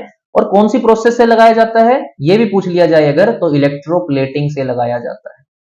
इलेक्ट्रोप्लेटिंग से, इलेक्ट्रिसिटी की हेल्प से एक मेटल पे दूसरे मेटल की लेयर लगा दी जाती है। और आप क्या करोगे, आयरन के ऊपर जिंक की लेयर लगा दोगे, तो आपके पास क्या है, आप आयरन को बचा सकते हो कोरोजन से। ऐसे हम गैल्वेनाइजेशन करते हैं, जिंक की लेयर लगाते हैं, इलेक्ट्रोप्लेटिंग से लगाते हैं, सेक्रीफिशियल मेथड भी इसी को बोलते हैं, एक मेटल की बलि दे देना दूसरे को बचाने के लिए। ठीक है, तो ये चार मेथड आपको बताने हैं जब आप इसको मेटल की कोरोजन को रोकना चाहते हो। And the last, rancidity. Rancidity में क्या होता है, जैसे ऊपर मेटल खराब हो रहा है ना, रेंसिडिटी में हमारा फूड खराब होता है, हमारा खाना खराब होता है। कैसे, हमारे खाने में होती है फैट्स एंड ऑयल्स, हमारे खाने में होते हैं fats and oils. Fats and oils क्या है ना, जब उसको ओपन छोड़ दोगे तो वो ऑक्सीडाइज हो जाते हैं। सो हम इसको डिफाइन भी ऐसे ही करते हैं, oxidation of fats and oils when they are kept in open. और जब उनका ऑक्सीडेशन होता है, they give foul smell and foul taste, जिससे कि हमारा खाना खराब हो जाता है। इसको बोलते हैं रेंसिडिटी। फैट्स एंड ऑयल्स जब ऑक्सीडाइज होते हैं ओपन में छोड़ने से, तो उससे foul taste and foul smell आती है, जिससे खाना हमारा खराब होता है। तो खाने को बचाना है तो भाई ऑक्सीडाइज नहीं होने देना है। ऑक्सीडाइज नहीं होने देना है तो क्या करना है, एयर टाइट कंटेनर में बंद कर दो, एयर टाइट कंटेनर, ऑक्सीजन जाने ही मत दो उसके अंदर, ऑक्सीडाइज कैसे होगा। दूसरा, उसको कूल टेम्परेचर पे रेफ्रिजरेटर्स में रख लो। भाई खाने को अगर कोई चीज बच जाती है तो आजकल तो सबसे सही क्या है, बासी खाने का यही तरीका है, रेफ्रिजरेटर में रखो उसको, लो टेम्परेचर पे उसको स्टोर करके रखो, ये तरीका है। थर्ड क्या है, फूड, जो पैकेज फूड मटेरियल है, जैसे कि चिप्स के पैकेट हैं, उसमें क्या करते हैं, नाइट्रोजन गैस को फ्लश करते हैं। वो नाइट्रोजन गैस क्या करती है, फूड प्रिजर्वेटिव की तरह काम करती है। चिप्स का पैकेट कब बना होगा, कब बिकेगा मार्केट में, तब तक तो खराब हो जाएगा। इसलिए आप चिप्स को कभी भी देखना, थोड़े से चिप्स होते हैं, बाकी गैस भरी होती है। कौन सी गैस, नाइट्रोजन गैस। क्यों, फूड प्रिजर्वेटिव है। क्यों, खाने को खराब नहीं होने देती, चिप्स को खराब नहीं होने देगी। ये काम हम कर सकते हैं, air tight container, refrigerators, chips. उसके बाद और भी सारे फूड प्रिजर्वेटिव्स होते हैं जिनको हम अगर खाने में ऐड कर देंगे तो जिससे हमारा खाना खराब नहीं होगा। तो फूड प्रिजर्वेटिव्स और ये 3-4 मेथड जो हम रेंसिडिटी से हमारे खाने को बचा सकते हैं। ठीक है, so this is all from my side. मैं आपको फिर से बता दे रहा हूं क्या क्या चीजें आपको इंपॉर्टेंट है। आपको केमिकल रिएक्शंस को बैलेंस करना आना चाहिए, आपको केमिकल रिएक्शंस को बैलेंस करना आना चाहिए। आपको 4 टाइप्स की केमिकल रिएक्शंस आनी चाहिए। फर्स्ट, कॉम्बिनेशन रिएक्शन क्या होता है, उसके बाद कॉम्बिनेशन में मैंने आपको दो इंपॉर्टेंट टर्म्स बताई थी। एक आपको बताया था कि कंबशन रिएक्शन आप नहीं भूलेंगे, और एक बताया था कि रेस्पिरेशन एक्सोथर्मिक क्यों होता है, ये आप नहीं भूलेंगे, और बैलेंसिंग करना भी उसको नहीं भूलना है। फिर आपको बताया था कि कॉम्बिनेशन की जस्ट अपोजिट नेक्स्ट होती है डीकंपोजिशन रिएक्शन, और डीकंपोजिशन के 3 सब पार्ट आपको बताए थे। अगर रिएक्टेंट का ब्रेकडाउन होता है with the help of heat तो thermal decomposition, with the help of sunlight होता है तो फोटोलिटिक, अगर with the help of electricity होता है तो इलेक्ट्रोलाइटिक, ये आपको पता होना चाहिए। उसके बाद इसके बाद हमने पढ़ा कि जो हमारे पास डीकंपोजिशन के बाद थर्ड टाइप होता है वो होता है डिस्प्लेसमेंट। डिस्प्लेसमेंट में more reactive metal less reactive metal को डिस्प्लेस करता है। उसमें आपको जो पता होना चाहिए वो है रिएक्टिविटी सीरीज। अगर आपको रिएक्टिविटी सीरीज आती है तो आप बहुत सारे रिएक्शंस को आराम से कर पाओगे, उसके लिए आपको ट्रिक भी बता दी गई है। डिस्प्लेसमेंट के बाद आपको बताना है डबल डिस्प्लेसमेंट रिएक्शन क्या होती है। डबल डिस्प्लेसमेंट रिएक्शन में आयंस का एक्सचेंज होता है, ये बात आप नहीं भूलेंगे। इसमें प्रेसिपिटेट भी बनता है, प्रेसिपिटेशन रिएक्शन भी इसी के अंडर आती है, उसका एग्जांपल भी आप लिख सकते हो। और उसके बाद आपको बताया रिडॉक्स रिएक्शन के बारे में। रिडॉक्स रिएक्शन जिसमें ऑक्सीडेशन रिडक्शन दोनों साइमल्टेनियसली होती हैं, और फिर आपको पता होना चाहिए कब ऑक्सीडेशन कब रिडक्शन होगा, ऑक्सीडाइजिंग एजेंट रिड्यूसिंग एजेंट कौन होते हैं। एनसीईआरटी के क्वेश्चंस लगा के देखोगे तो आपको आराम से पता लग जाएगा, आप आराम से क्वेश्चंस को कर पाओगे। If any doubt then you can easily ask me again, कोई दिक्कत नहीं आएगी उससे। तो ये हमारा काम है, इतना पता होना चाहिए। फिर आते हैं कोरोजन। कोरोजन होता क्या है, और उसके बाद कोरोजन के प्रिवेंशन कैसे हम कर सकते हैं। तो 4 से 5 प्रिवेंशन अगर आप कर लोगे तो हमारा काम हो जाएगा, ठीक है। उसके बाद रेंसिडिटी। रेंसिडिटी क्या होता है, अगेन प्रिवेंशन। 4 से 5 प्रिवेंशन आपको रेंसिडिटी के भी पता होने चाहिए कि कैसे खाने को खराब होने से बचाया जा सकता है। Done, this is all from my side. Hope कि आपको चीजें समझ में आ जाएंगी। अगर फिर भी कोई डाउट आपको लग रहा है तो फ्रीली आप मुझसे पूछ सकते हैं, हम चीजों को दोबारा कर सकते हैं। आपका काम सिर्फ इतना रहेगा कि बढ़िया से चीजें आपने लिखी हुई हैं तो बढ़िया, नहीं लिखी हुई है तो प्रॉपर नोट्स बनाएं, और साथ में एनसीईआरटी के एक एक क्वेश्चन के ऊपर आप गो थ्रू कर लें कि कोई क्वेश्चन ऐसा हो जो आपको दिक्कत कर रहा हो, प्रॉब्लम फेस हो रही है, तो प्लीज अगेन आप पूछ सकते हैं। This is again a quick revision from my side. Chapter 1 is done. Again we will meet with the chapter 2 video. Thank you so much. Have a nice day.